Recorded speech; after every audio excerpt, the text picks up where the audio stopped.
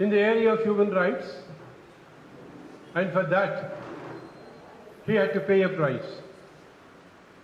And we know it is not Professor Sai Baba alone who faced this wrath of the establishment, the ire of the establishment. There are several still belonging to that Elgar Parshad, and also those who have been incarcerated in the context of that Bhima Koregaon case. Bhima Koregaon, ಆ ಮೊಕದ್ದಮೆ ಬಗ್ಗೆ ಆ ವಿವರಗಳ ಬಗ್ಗೆ ನಾನು ಹೋಗಬೇಕಾದಿಲ್ಲ, ಯಾಕೆಂತಂದ್ರೆ almost all of you know what it is. Some of them are in bail.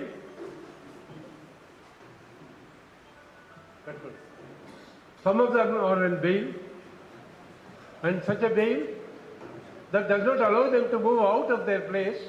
For instance, Bombay, Professor Varwar Rao, Dr. Anand Devtumde, and Gautam Naulakha.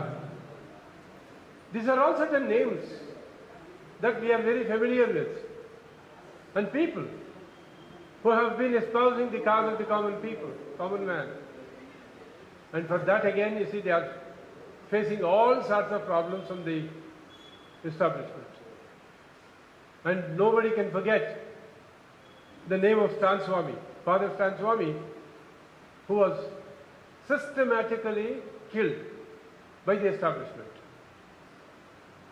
And the same thing happened even in the case of Professor Sai Baba. And all of us know that it is not just a death. It is a murder. It is a calculated murder by the establishment. They may say, we did not kill him. We did not intend that he should die. But the consequence of the treatment that was meted out to him in that Anda cell, that led to his demise. ಪ್ರತಿದಿನ ಟಿವಿನಲ್ಲಿ ಯಾರೋ ಒಬ್ಬ ನಟ ಒಂದು ಕೊಲೆ ಮಾಡಿ ಜೈಲಿಗೆ ಸೇರಿದ್ರೆ ಅವನಿಗೆ ಬೆನ್ನು ಅಂತೆ, ಆಪರೇಷನ್ ಮಾಡಬೇಕಂತೆ, ಫಿಸಿಯೋಥೆರಪಿನಂತೆ ಅಂತ ಎಲ್ಲಿ ನೋಡಿದ್ರು ಅದೇ ಮಾತುಗಳೇ ಕೇಳಿಸ್ತಾ ಇರುತ್ತೆ. ಆದರೆ ಸ್ಟ್ಯಾನ್ ಸ್ವಾಮಿಗೆ ಒಂದು ಸ್ಟ್ರಾ ಕೊಡಲಿಲ್ಲ ನಮ್ಮ ವ್ಯವಸ್ಥೆ. Professor Saibaba, and you know well, he is wheelchair bound, 90% disabled. He could not move on his own. And what is worse, he was not allowed to go out on bail even at a time when his mother died. Such a cruelty on the part of the establishment is something that nobody with any human sense can ever dream of. So ಇಲ್ಲಿ ನಾವು ಮಾಡ್ತಾ ಇರುವಂಥದ್ದು ಸಾಯಿಬಾಬಾ ಅವರಿಗೆ ಶ್ರದ್ಧಾಂಜಲಿ ಅರ್ಪಿಸೋದು ಮಾತ್ರ ಅಲ್ಲ, ಈಗ ನಾವು ಮಾಡಬೇಕಾದಂಥದ್ದು, ನಾವು ಯಾವ ರೀತಿಯಾದಂಥ ವ್ಯವಸ್ಥೆಯಲ್ಲಿದ್ದೀವಿ, ಆ ವ್ಯವಸ್ಥೆಗೆ ಕಾರಣ ಏನು, ವ್ಯವಸ್ಥೆಯ ಎತ್ತರದಲ್ಲಿ ವ್ಯವಸ್ಥೆಯಲ್ಲಿ ಅಧಿಕಾರದಲ್ಲಿ ಇರುವಂಥವ್ರು ಯಾರು, ಅವರ ಉದ್ದೇಶಗಳೇನು, ಅವರ ಗುರಿ ಏನು, ಅವೆಲ್ಲವನ್ನು ಅದು ಯಾವುದೇ ಪೊಲಿಟಿಕಲ್ ಪಾರ್ಟಿ ಆಗಿದೆ. ಯಾಕೆಂದ್ರೆ 10 ವರ್ಷದಿಂದ ಅಧಿಕಾರದಲ್ಲಿರೋದು ಇಲ್ಲಿ ಒಂದು ರಾಜಕೀಯ ಪಕ್ಷ. ಈ 10 ವರ್ಷದಲ್ಲಿ ಮಾತ್ರ ಈ ಅನ್ಯಾಯಗಳೆಲ್ಲ ಆಗಿವೆ ಅಂತಲ್ಲ, ಅದಕ್ಕೂ ಮುಂದೆ ಕೂಡ ಬೇರೆ ರಾಜಕೀಯ ಪಕ್ಷ ಇದ್ದಾಗಲೂ ಸಹ ಸಾಕಷ್ಟು ಅನ್ಯಾಯಗಳು ಜನರಿಗೆ ಆಗಿವೆ. ಇವಾಗ ಛತ್ತೀಸ್ಗಢದಲ್ಲಿ ಆದಿವಾಸಿಗಳ ಕೊಲೆ ನಡೀತಾ ಇದೆಯಲ್ಲ, ಇದು ಹೊಸದಲ್ಲ, ಹಿಂದೆಲೂ ಕೂಡ ಆಗಿತ್ತು. 15 ವರ್ಷದ ಕೆಳಗೆ, 20 ವರ್ಷದ ಕೆಳಗೆ ಎಲ್ಲವೂ ಹಾಗೆ ಇದೆ. ಅಂದ್ರೆ ವ್ಯವಸ್ಥೆಯಲ್ಲಿ ಆಳುವವರು ಅಂತ ಯಾರು ಅನ್ನಿಸ್ಕೊಂಡಿರ್ತಾರೆ, ಅವರ ಅಧಿಕಾರ ದರ್ಪ ಅಹಂಕಾರ ಅವ್ರ ತಲೆ ತುಂಬಿದಾಗ, that's how they behave. So we are all here today as people with some sensibility, some sensitivity to think of Professor Sai Baba and people like him and what we can do. It is not merely as though we want to tell the government, you are wrong. We have also got to tell the society, you are wrong. ಯಾಕೆಂದ್ರೆ ತುಂಬಾ ಸಾಮಾನ್ಯ ಜನ, ಅವರಿಗೆ ಎಷ್ಟೋ ಜನಕ್ಕೆ ಈ ವಿಷಯಗಳು ಗೊತ್ತೇ ಇರಲ್ಲ, ಗೊತ್ತಾಗೋದಕ್ಕೆ ಸಾಧ್ಯನೇ ಇಲ್ಲ. ಯಾಕೆಂತಂದ್ರೆ ದಿ ಸೋ ಕಾಲ್ಡ್ ಮೀಡಿಯಾ, ಮಾಧ್ಯಮ, ಅಲ್ಲಿ ನಾನು ಆಗಲೇ ಹೇಳಿದ್ನಲ್ಲ, ಅಂಥ ಉದಾಹರಣೆಗಳು ತುಂಬಿರುತ್ತವೆ. ಯಾಕೆ ಹೊಡೆದ, ಹೇಗೆ ಹೊಡೆದ, ಆದರೆ ನಿಜವಾಗ್ಲೂ ಜನರಿಗೋಸ್ಕರ ತಮ್ಮ ಪ್ರಾಣಗಳನ್ನೇ ಅರ್ಪಣೆ ಮಾಡುವಂಥವರ ಅಂಥ ಜನರ ಬಗೆಗಿನ ವಿವರಗಳು ಜನಕ್ಕೆ ಗೊತ್ತಾಗೋದೇ ಇಲ್ಲ. So we are all here now to pay homage to Professor Sai Baba and others like him, and also to apprise the people of this society of the conditions that we are living in. And for that, we have three speakers essentially. Comrade Balan, who doesn't need any introduction to the audience here. He is not just a lawyer, but a social activist. ಒಂದು ಮುಖ್ಯವಾಗಿ ಹೇಳಬೇಕಾದಂಥದ್ದು, ಗೌರಿ ಲಂಕೇಶ್ ಸಂಬಂಧಪಟ್ಟಂತ ಕೇಸನ್ನ ನಡೆಸ್ತಾ ಇರುವಂತ ನಮ್ಮ senior colleague. Welcome Balan. Then we have Professor Radhika from National Law School of India University, specializing in criminal law and human rights law, right?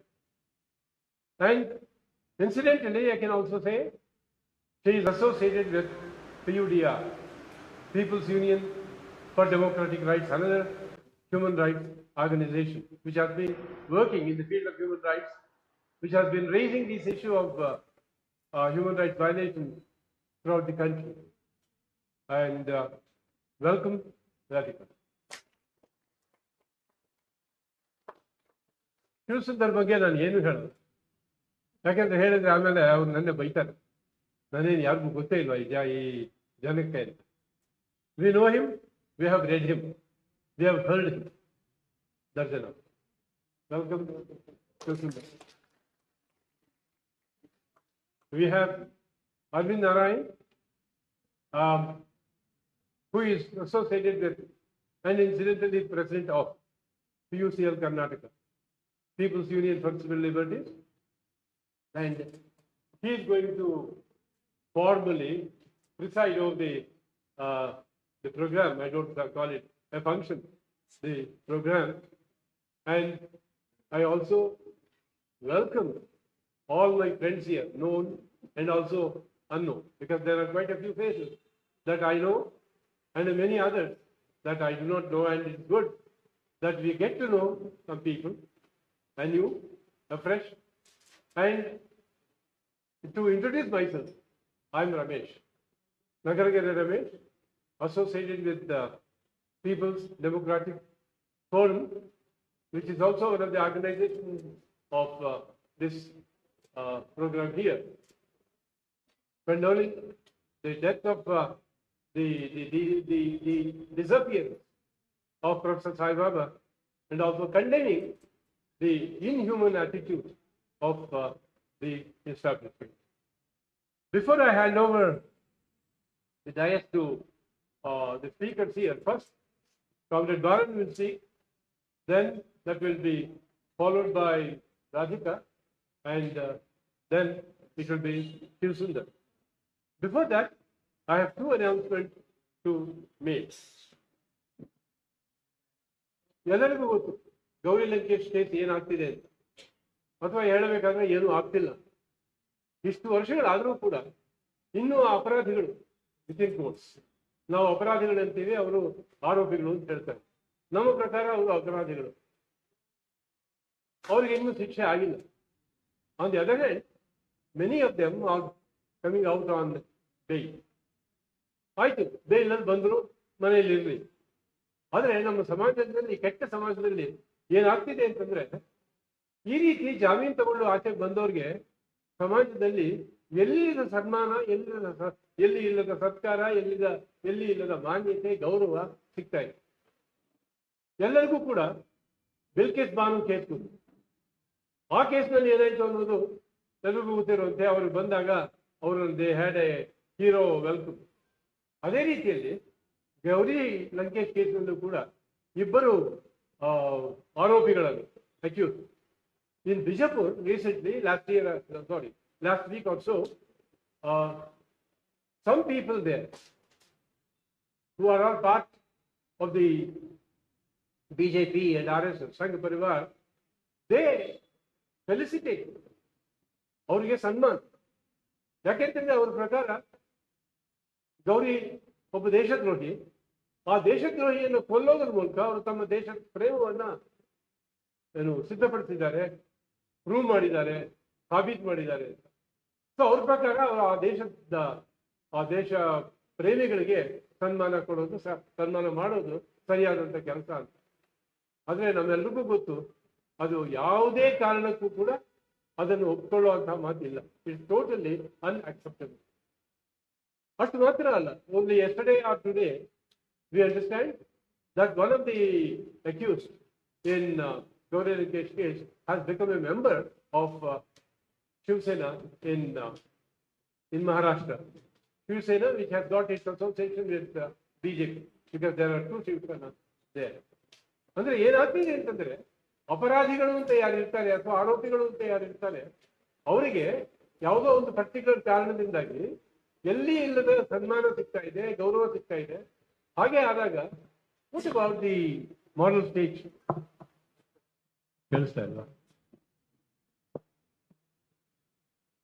We have to think twice about the standards, moral standards of the society. So it is very essential that we, as people with some sense of morality, bestow some thought on this problem also.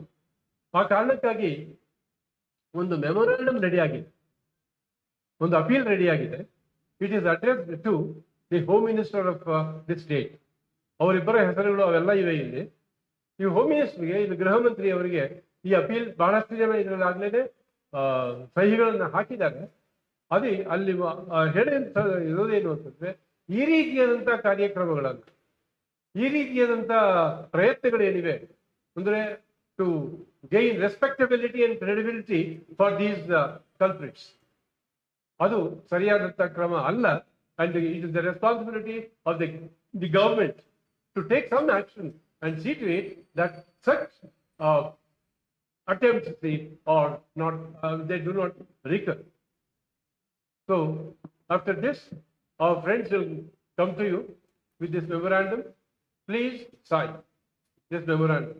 Already quite a few of us have signed, and we want as many signatures as possible to be added to this memorandum. That's one. Another important announcement is about this problem.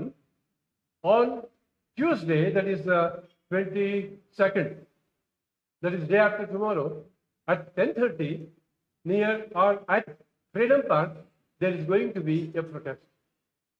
Many organizations are coming together to organize that protest and calling out the names of these people, and also telling others also, the other members of the public, that what's happening is wrong. So ಆ ಒಂದು ಪ್ರತಿಭಟನಾ ಸಭೆಯಲ್ಲಿ ಕೂಡ ಇಲ್ಲಿರುವಂಥವರು ಮತ್ತು ಬೇರೆಯವರು ಕೂಡ ಸಾಧ್ಯವಾದಷ್ಟು ಜನ ಭಾಗವಹಿಸಬೇಕು ಅಂತ ನಮ್ಮ ವಿನಂತಿ. ಬೆಳಗ್ಗೆ 10:00. And the third announcement is, ನಾನು ಆಗಲೇ ಪ್ರಾರಂಭದಲ್ಲೇ ಪ್ರಸ್ತಾಪ ಮಾಡಿದ ಹಾಗೆ, ನಿನ್ನೆ ಮತ್ತು ಇವತ್ತು ಇಲ್ಲಿ ಅಸಂಘಟಿತ ಕಾರ್ಮಿಕರ ಒಂದು ವರ್ಕ್ಶಾಪ್ ನಡೆದಿದೆ, ಶಿಬಿರ. ಅದಕ್ಕೆ ಮುಖ್ಯವಾಗಿ ಕರ್ನಾಟಕ ಜನಶಕ್ತಿ ಅದನ್ನು ಆರ್ಗನೈಸ್ ಮಾಡಿರುವಂಥದ್ದು. ಕರ್ನಾಟಕ ಶ್ರಮಿಕ ಶಕ್ತಿ ಕರ್ನಾಟಕ ಜನಶಕ್ತಿಯ ಅಂಗಸಂಸ್ಥೆ. ಈ ಕಾರ್ಯಕ್ರಮಕ್ಕೆ ನಿನ್ನೆ ಮತ್ತು ಇಲ್ಲಿಂದ ರಾಜ್ಯದ ಬೇರೆ ಬೇರೆ ಕಡೆಗಳಿಂದ ಬಹಳಷ್ಟು ಜನ ಬಂದು ಭಾಗವಹಿಸಿದ್ರು. ಅದಕ್ಕೆ ಸಾಕಷ್ಟು ಹಣ ಖರ್ಚು ಆಗಿದೆ. ನಮ್ಮ ಆಯೋಜಕರ ಒಂದು ವಿನಂತಿ ಇದೆ, ಈ ಖರ್ಚನ್ನು ಸರಿದೂಗಿಸಬೇಕು ಅಂತಂದ್ರೆ ಹಣದ ಅವಶ್ಯಕತೆ ಕೂಡ ಇದೆ. ಹಣದ ಮುಗ್ಗಟ್ಟು ಇರೋದ್ರಿಂದ ಹಣದ ಅವಶ್ಯಕತೆಯೂ ಇದೆ. ನಮ್ಮ ಗೆಳೆಯರು ನಿಮ್ಮ ಹತ್ರ ಬರ್ತಾರೆ, ಆಗ ನಿಮಗೆ ಎಷ್ಟು ಸಾಧ್ಯ ಆಗ್ತದೆ, ಇಟ್ಸ್ ಓನ್ಲಿ ಟೋಟಲಿ ವಾಲಂಟರಿ, ನಿಮಗೆ ಎಷ್ಟು ಸಾಧ್ಯ ಆಗುತ್ತೋ ಅಷ್ಟನ್ನ ನಿಮ್ಮ ಕೊಡುಗೆಯನ್ನ ಕೊಡಬೇಕು ಅಂತ ಹೇಳಿ ಅವರ ಪರವಾಗಿ, ಮತ್ತು ಶ್ರಮಿಕ ಶಕ್ತಿ ನಮ್ಮ ಜನಶಕ್ತಿಯ ಭಾಗ ಆಗಿರೋದ್ರಿಂದ ಜನಶಕ್ತಿಯ ಪರವಾಗಿ ಕೂಡ ನಾನು ವಿನಂತಿಸಿಕೊಳ್ತೇನೆ. So with these concluding remarks, I now hand over mic to Comrade Bal.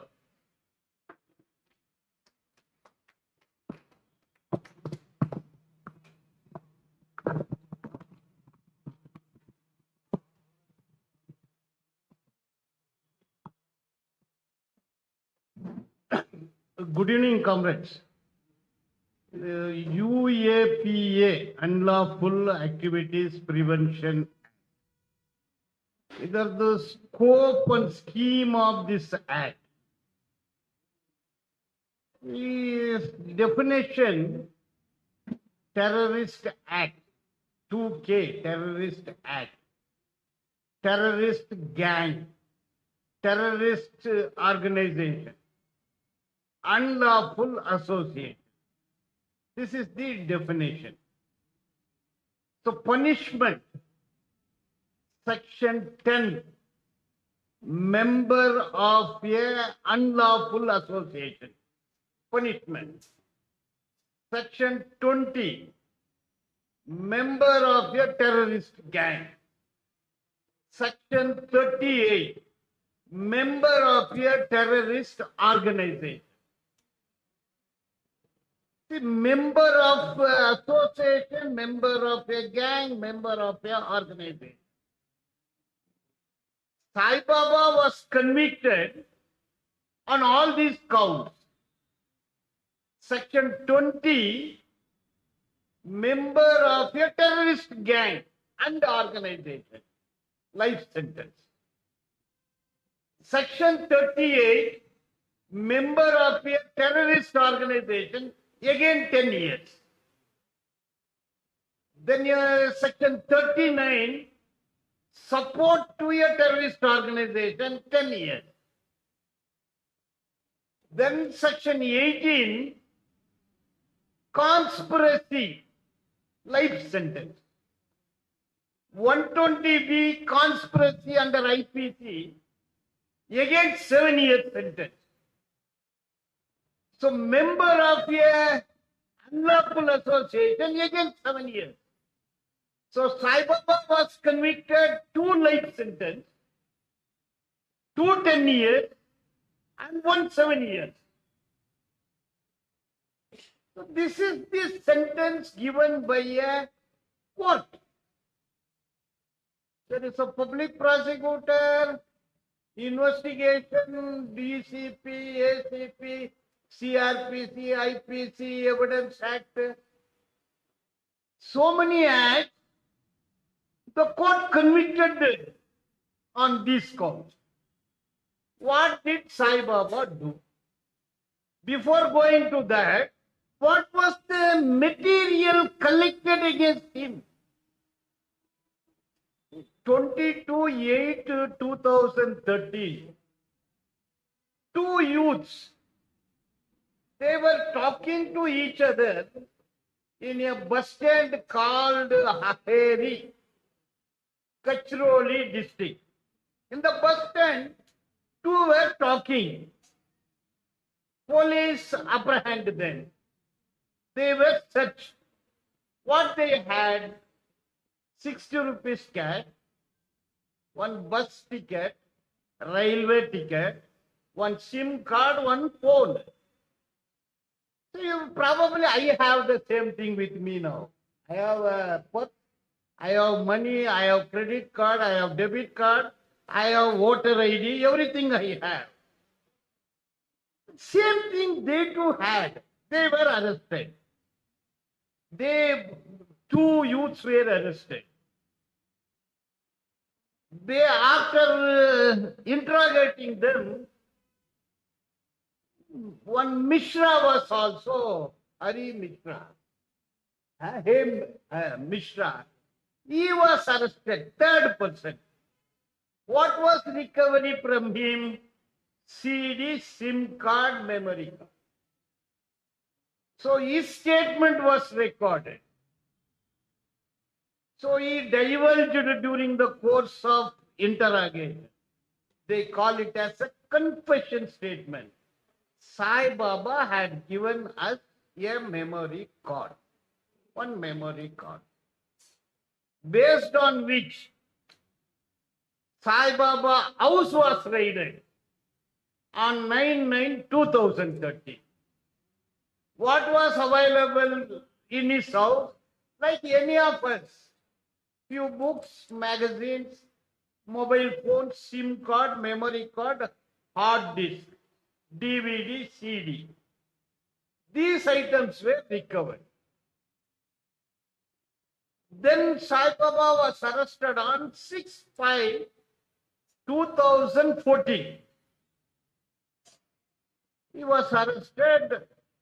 He was remanded to police custody. He was remanded to judicial custody for this SIM card. The SIM card, we have a phone. We should have a customer application form. So no customer application form to those SIM card, chip, memory card, phone. Phone has a IMEI number that can also be manipulated. Hard disk has a number. Number is not forthcoming. Any digital evidence should have a hash value. Hash value not generated. Which means all these things were planted. Then on his arrest, again SIM card, mobile phone, memory card, magazine. This was the recovery. The whole case for possessing a SIM card, memory card, hard disk, CD, DVD, magazine that is available in anybody else's house. Double life sentence, double 10 years, single 7 years. He was incarcerated over a period of 10 years. Ultimately died, which is nothing but judicial murder.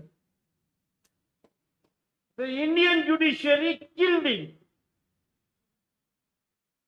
See, now the point is, how could simultaneously one can be funny, member of a terrorist organization, member of a terrorist gang, member of a unlawful association? Life sentence. See, the judges in the district court, section 18, 5 years, maybe life is given. Section 20, 5 years, maybe life is given. 38, 2 years, maybe 10 years given. 39 minimum 2 years, maximum 10 years is given. What is the basis? SIM card. Same thing applicable to Sai Baba also.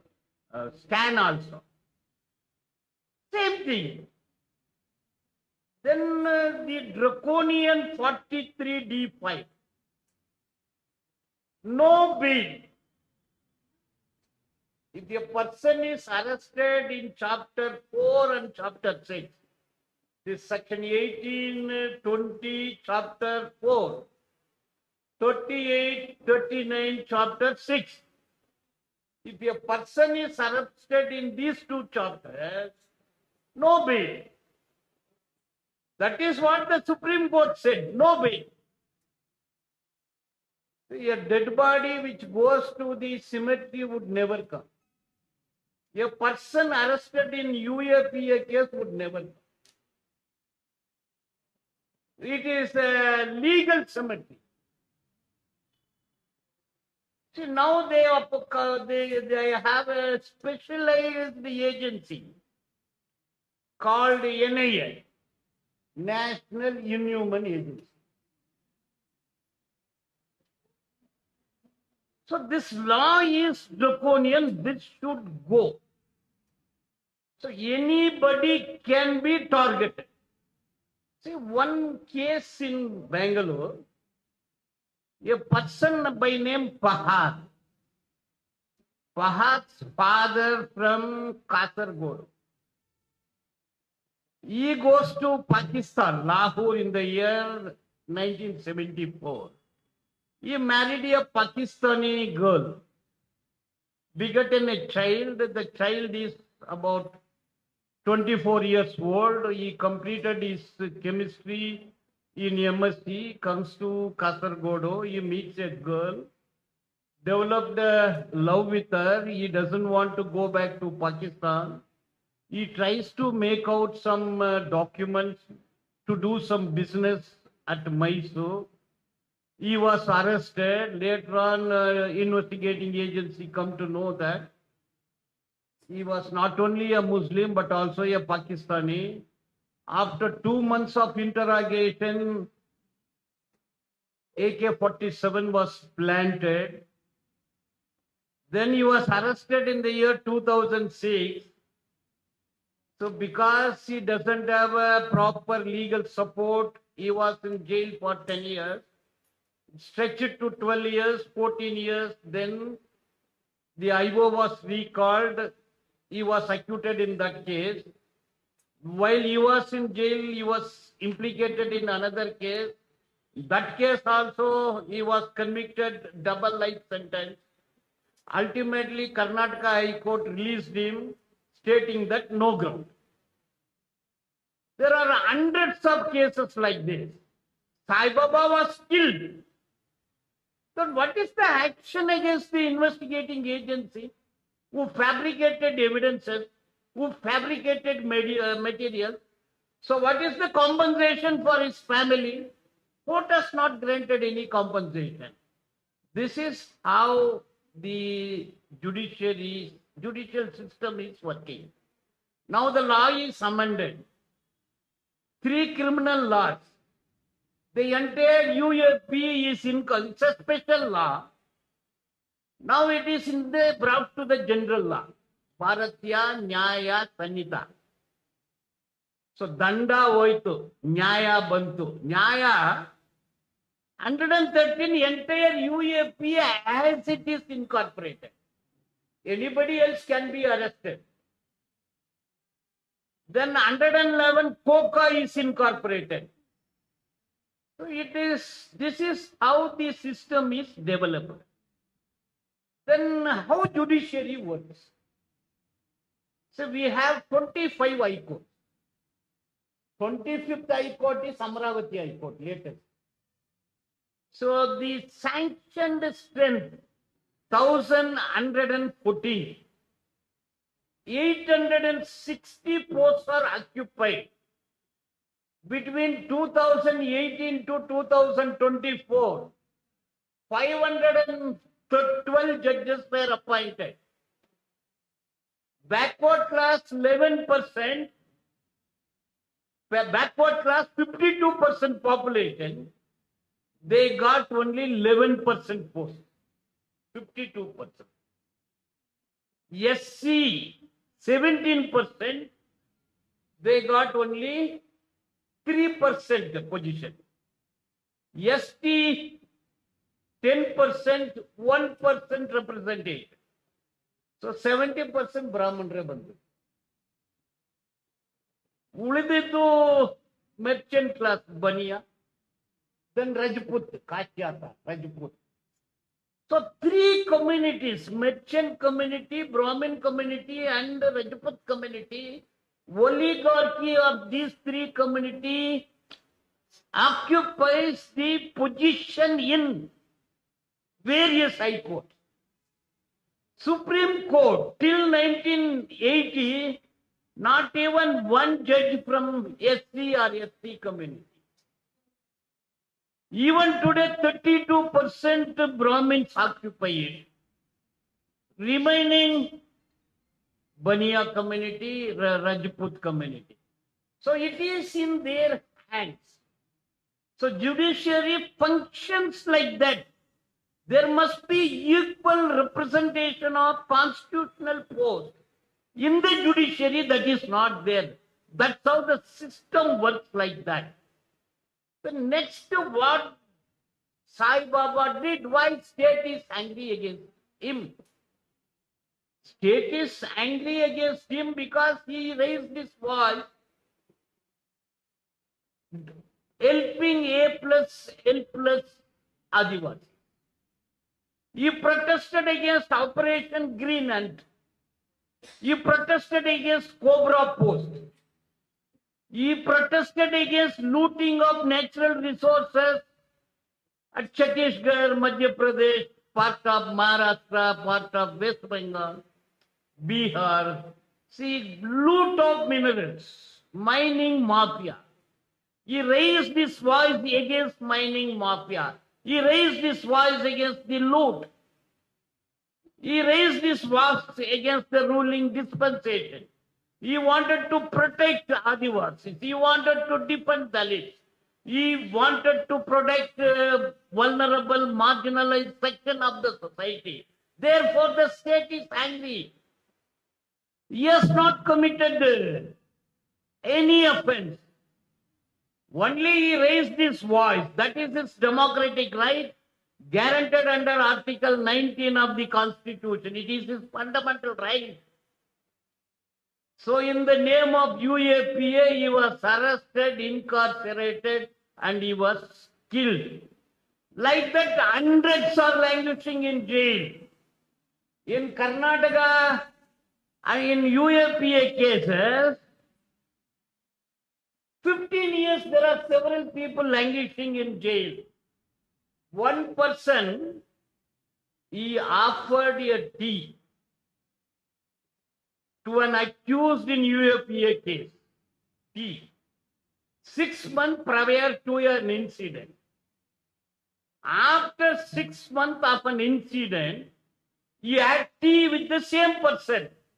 Karnataka High Court says no bail. Supreme Court also said no bail. Both the courts rejected. Reason is he had tea with an accused. Not on the day of incident, 6 months prior to the incident. Recently, a youth, aged about 34, he had come to Bangalore to meet his friends. He was apprehended in the bus stand. So they initially informed him he has committed e-fraud. He started questioning them. Then they said he was a drug peddler. He was bundled to interrogation center. After 12 hours, FIR was registered. Then he was produced before the magistrate. Legal assistance denied in spite of asking for it. Grounds of arrest not informed to him. Mechanically remanded to police custody. 14 days. Same thing, ticket, bus ticket. Same like Sai Baba. SIM card, memory card, CD, then hard disk. Same. And mechanically remanded to police custody, mechanically remanded to judicial custody. At the most, even if there is some suspicion over him, it is a case of 100 rupees fine. 100 rupees case. ಕನ್ನಡದಲ್ಲಿ ಹೇಳ್ಬೇಕಂದ್ರೆ ಕಿತ್ತೋಗಿರೋ case. ಕಿತ್ತೋಗಿರೋ ಕೇಸ್ಗೆ ಜೈಲಲ್ಲಿ ಹಾಕಿದ್ದಾರೆ. ಸಾಯಿಬಾಬಾ ಮೇಲೆ ಇದ್ದ allegation ಕಿತ್ತೋಗಿರೋ case, ಪೆಟ್ಟಿ case ಅದು. 100 ರೂಪಾಯಿ fine case, 10 ವರ್ಷ ಜೈಲಲ್ಲಿ ಇಟ್ಟು ಸಾಯಿಸ್ಬೇಕು. ಜುಡಿಷಿಯಲ್ ಸಿಸ್ಟಮ್ ಹೀಗಿದೆ, ಎಕ್ಸಿಕ್ಯೂಟಿವ್ ಹೀಗಿದೆ. ಈಗ ನಾನು ಕೋರ್ಟಲ್ಲಿ ಕೂಡ ಹೇಳ್ತೀನಿ, ಒಂದು ಕೈಯಲ್ಲಿ ಬಾಂಬ್, ಸಂಘಿಗಳ ಕೈಯಲ್ಲಿ ಬಾಂಬ್ ಇದ್ರೆ ಬೇಯಿಲೋ, ಹೋರಾಟಗಾರರ ಕೈಯಲ್ಲಿ ಕಲ್ಲಿದ್ರೆ ಜೈಲು. ಕಲ್ಲಿಟ್ಕೊಂಡಿದ್ರೆ ಜೈಲು. ಕಲ್ಲು ಪಾಕಿಸ್ತಾನ ಬಾಂಗ್ಲಾದೇಶ ಅಲ್ಲ, ಲೋಕಲ್ ಕಲ್ಲು. ಕಲ್ಲಿಟ್ಕೊಂಡ್ರೆ ಜೈಲು. ಎಷ್ಟು ವರ್ಷ ಜೈಲು? 15 ವರ್ಷ ಜೈಲು. ಎಲ್ಲ ಕರ್ನಾಟಕದಲ್ಲಿ ನೋಡಿದ್ರೆ ಯಾರ್ಯಾರೋ ಜೈಲಿಗೆ ಹೋಗ್ತಾರೆ, ಬಂದ್ಬಿಡ್ತಾರೆ. 100 ಕೋಟಿ ರೂಪಾಯಿ ಹೊರಗೆ ಬರ್ತಾರೆ. ಪರಪ್ಪನಾಗ್ರಹ ಹೋಗ್ತಾರೆ, ಸೀದಾ ವಿಧಾನಸೌಧಗೂ ಹೋಗ್ತಾರೆ. ಮನೆ ರೈಡ್ ಮಾಡಿದ್ರೆ ಕ್ಯಾಸೆಟ್ ಇತ್ತು ಅಂತೆ, ಕ್ಯಾಸೆಟ್ ಅಲ್ಲಿ ಮುಖ್ಯಮಂತ್ರಿ ಇದ್ರಂತೆ. ಏನೆಲ್ಲ ಭ್ರಷ್ಟಾಚಾರ, ಅತ್ಯಾಚಾರ, ಹಿಂಸಾಚಾರ ಹೋಗಿ money trap, honey trap, AIDS trap ಬೀಲ್ನಲ್ಲಿ ಬಂದ್ಬಿಡ್ತಾರೆ. So the system is unfavourable to the common people. System is favourable. ಎಲ್ಲದಕ್ಕೂ ಬೇಲ್ ಸಿಗುತ್ತೆ, ಎಲ್ಲರಿಗೂ ಕ್ವಾಶ ಆಗುತ್ತೆ. ಬೇಲೇ ಸಿಗೋದಿಲ್ಲ, ಜೈಲಲ್ಲೇ ಇರಬೇಕು, ಈ ತರ ಪರಿಸ್ಥಿತಿ ಇದೆ.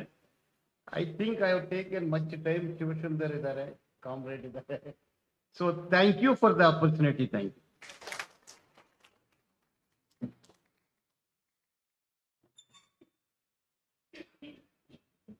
Thank you, Comrade Balu. Now I request Professor Radhika Chitka to come and address the gallery.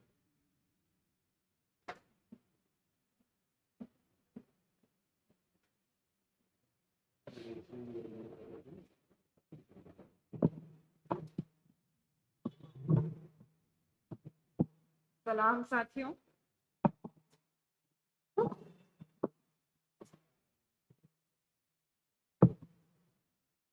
I think one of the tragedies of having two lawyers for a meeting like this is that we end up talking too much about the technicalities of the law.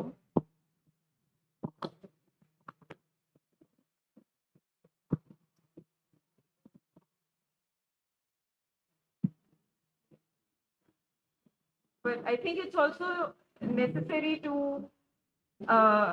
address what the law and legal institutions do to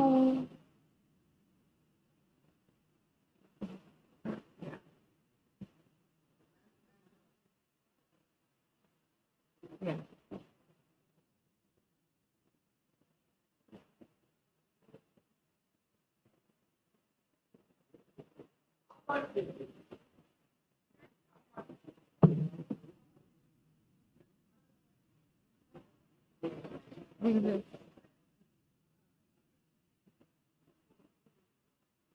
Yeah.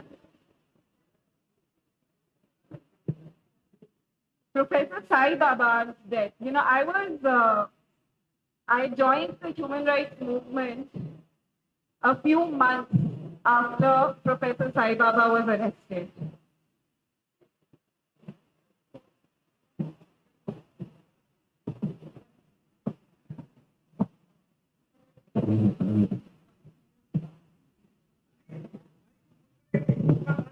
Hello, is the hand better? This is better. So I joined the human rights movement a few months after Professor Sai Baba was arrested. So I'm not, so I didn't, see his human rights activism in action. But in these past 10 years, I did see, human rights organizations across the country. I saw his wife, Vasanta, and his family. I saw numerous human rights forums, both domestically and internationally, agitate over and over again to have Professor Sai Baba released from custody, right? He spent almost 10 years in his, in very challenging and in fact almost retributive conditions in prison, in solitary confinement for a long time, even though he himself being a vocal advocate of human rights and somebody who struggled immensely with polio and other disabilities. So to confine a person like this in such inhuman conditions in prison, it's patently a case of institutional murder, It's a case of deliberate neglect. It's a case of torture in custody, and something that we have witnessed few years ago with, of course, Father Stan Swami, and also with Professor Sai Baba's co-accused in the Gadchiroli matter, Pandu Narote, who passed away in custody last year in 2023 at the young age of 32, 33 years old. So Pandu Narote did not survive to see the Bombay High Court reverse the conviction of all the 6 persons in the Gadchiroli matter. Right? So we know that in 2017, 6 people, Professor Sai Baba, Hem Mishra, Pandu Narote, Vijay Tirki, Mahesh Tirki, and Prashant Rahi were all convicted under various provisions of the UAPA, only to be vindicated in March of this year when the Bombay High Court reversed their conviction and acquitted them, set them free from jail. But without, but we know that in these 10 years, the kind of deliberate neglect that Professor Sai Baba saw eventually led to his demise this month. And I thank Advocate Balan for talking about the allegations against Professor Sai Baba. And let me recount those once again, right? Which is, offense of membership of a terrorist organization, the offense of conspiracy, the offense of membership of a terrorist gang, and also conspiracy under the IPC. All of these are offenses that don't need you to do anything, right? And this is the bane of a law like the UAPA. We imagine that the UAPA is a law that is meant to criminalize violent terrorist activities, right? That leads to, at a large scale, a destruction of life, a destruction of property, a large-scale disruption of public life. But Professor Sai Baba's case tells us that this is actually not what the UAPA does at all. Because when we talk about these offenses with which everybody was charged in the Gadchiroli case, these are all what we call offenses of association. It doesn't need you to do anything.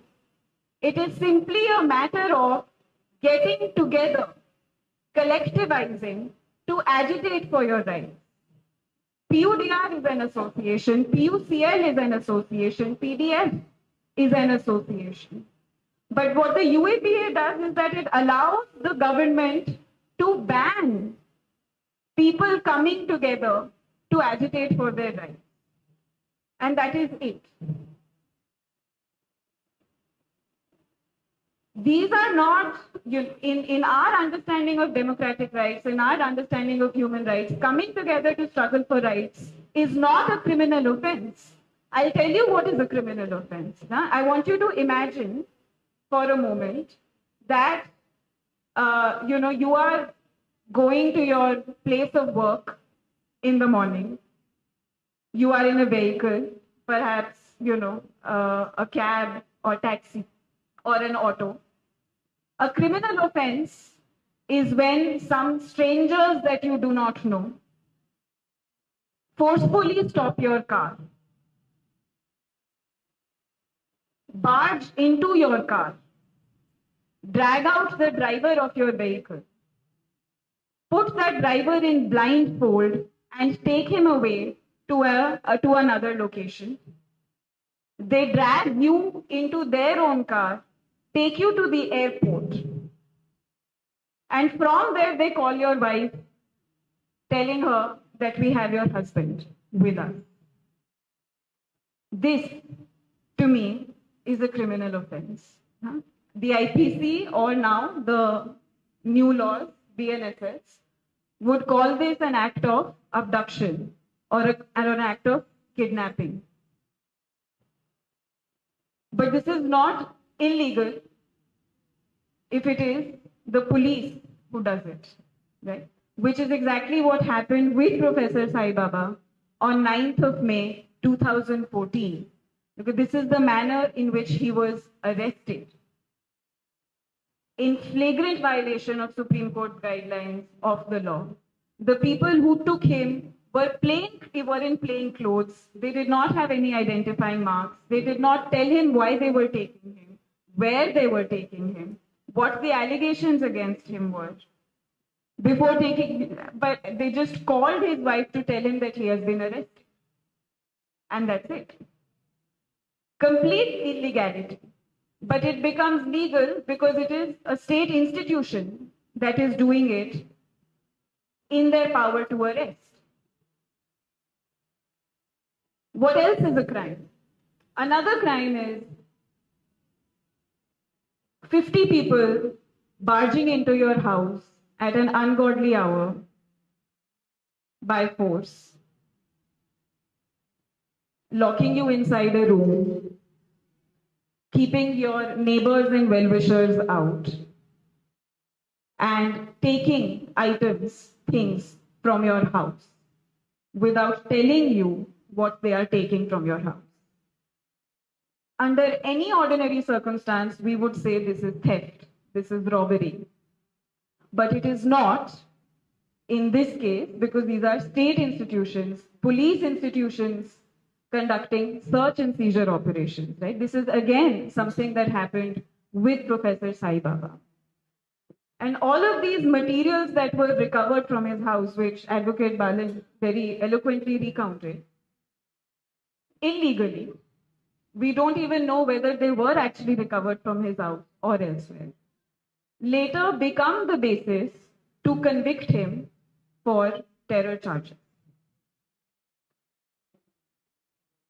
Now, lawyers who were part of the legal team, other lawyers who are part of the human rights movement, have written about, this 850-page judgment of the Gadchiroli Sessions Court that convicted all of these 6 persons way back in 2017, to say that all that the judgment does is, effectively photocopy pages after pages of the charge sheet that the police submitted to the judge.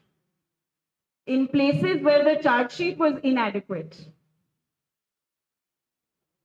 doesn't matter, the judgment fills those gaps themselves. Defense evidence neglected, completely ignored. And it is on this basis that the conviction in 2017 is procured against Professor Sai Baba and the other 5 co-accused. Now, we frequently say that the UAPA is a draconian law, it is a bad law, it is an unlawful law in itself, which is absolutely true. But I also say that if it is a law that exists, and it exists to criminalize political activities, political speech, political association, then at least the police should follow what is written in the law itself. In 2022, October 2022, the Nagpur bench of the High Court said that the state did not follow even the rigors of the UAPA in convicting Professor Sai Baba and the other 5 co-accused in the Gadchiroli matter. There is one requirement that the UAPA has, which is to obtain prior sanction for prosecution. Now, because anti-terror laws from the beginning, TADA, POTA, UAPA, have been heavily criticized by human rights organizations for their targeted use against dissenters, civilians, etc. In Kartar Singh, that was the Supreme Court judgment upholding TADA, the court said that we will have some way to control that every case that is registered under these anti-terror laws doesn't have to go to trial, because they might not be cases that deserve to be under anti-terror laws in the first place. So we will screen these cases. We will filter cases that deserve to be UAPA cases and those that do not deserve to be UAPA. And the law is very clear that if you undertake any trial without this prior permission from the government, that trial is void. It will be treated as if it does not exist. It is completely illegal. So the conviction that comes out of such a trial will also be treated to be illegal. So in 2022, October, the Nagpur bench of the High Court said there was no sanction to prosecute Professor Sai Baba. Permission was not obtained. And the direct result of that is that the trial is void. The conviction doesn't stand. That relief of having the conviction set aside in this case lived only for maybe 20 hours. Because immediately the Maharashtra government went to the Supreme Court on a Saturday morning, on a holiday, on a court holiday, on a Saturday morning. They brought judges to put a stay on the judgment of the Nagpur High Court, which would have set Professor Sai Baba free in 2022, overnight. Eventually, the Supreme Court sent the matter back to the High Court. And in March this year, we know that the High Court, not just on technical grounds, but on substance, on merits, said that there is no reason to convict these 6 persons under UAPA and acquitted all of them. So what we see at each stage of the Gadchiroli case with Professor Sai Baba, with Pandu Narote and all the 4 others is the use of a draconian law, but also where the law came in the way of what the state wanted to achieve, complete illegality, complete criminal conduct, which continues even in prison in the way in which Professor Sai Baba, in the conditions in which Professor Sai Baba was held in custody for all of these 10 years. So of course, today we say it is important to repeal a law like the UAPA. There is no doubt about that. And it is important to release all political prisoners. But it is equally important to ask ourselves, what are our police agencies and courts doing in upholding the law, to demand accountability for the way in which police and courts behave and act in cases like this, where if the law is favorable to what the state wants to achieve, they will follow it. But if the law is not favorable to what the state wants to achieve, such as, the law on arrest, the law on search and seizure, the law on sanction for prosecution, they will completely disregard that.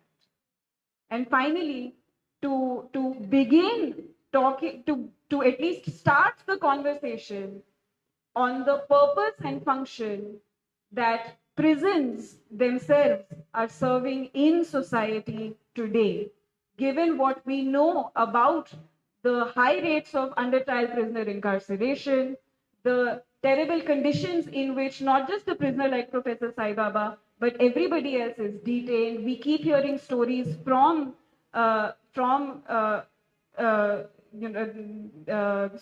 has written a book on this, but from all the other Bhima Koregaon accused who were recently on a hunger strike until yesterday to make sure that they are produced in court for their hearings.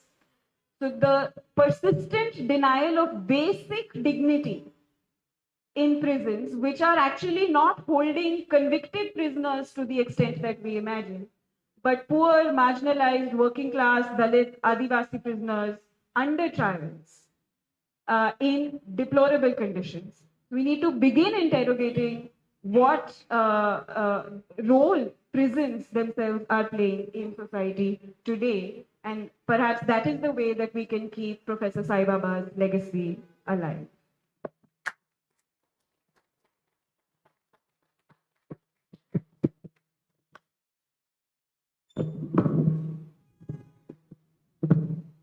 Thank you, Radhika. ಈಗ ಗೆಳೆಯ ಶಿವಸುಂದರ್ ಅವರು ಮಾತಾಡ್ತಾರೆ. ಅವರು ತಮ್ಮ ಮಾತುಗಳನ್ನ ಹೇಳೋದಕ್ಕೆ ಮೊದಲು ಇದುವರೆಗೂ ಡಾಕ್ಟರ್ ರಾಧಿಕಾ ಅವರು ಹೇಳಿದ್ದನ್ನ ಸಂಕ್ಷಿಪ್ತವಾಗಿ ಕನ್ನಡದಲ್ಲಿ ಹೇಳಿ ನಂತರದಲ್ಲಿ ಅವರು ತಾವು ಏನು ಹೇಳಬೇಕು ಅನ್ನೋದನ್ನ ತಿಳಿಸ್ತಾರೆ.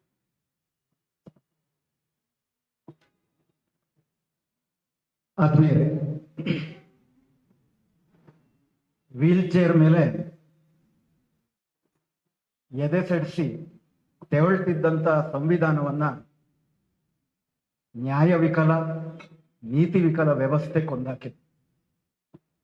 The constitution which was on the wheelchair has been killed by morally disabled, judicially challenged judiciary and the whole system.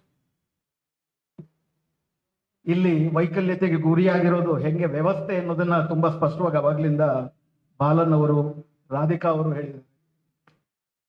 Balan ಅವರು UAPA ಅದರ ಹುಟ್ಟು, ಅದರ ಕಾಂಟೆಕ್ಸ್ಟ್, ಹೆಂಗೆ ಅದು ಸಂಪೂರ್ಣವಾಗಿ ಸಂವಿಧಾನದ ಆಶಯಗಳಾಗಿರೋ ಸಿವಿಲ್ ಲಿಬರ್ಟಿ ಎನ್ನುವಂತಹ ಆಶಯಕ್ಕೆ ತದ್ವಿರುದ್ಧವಾಗಿದೆ.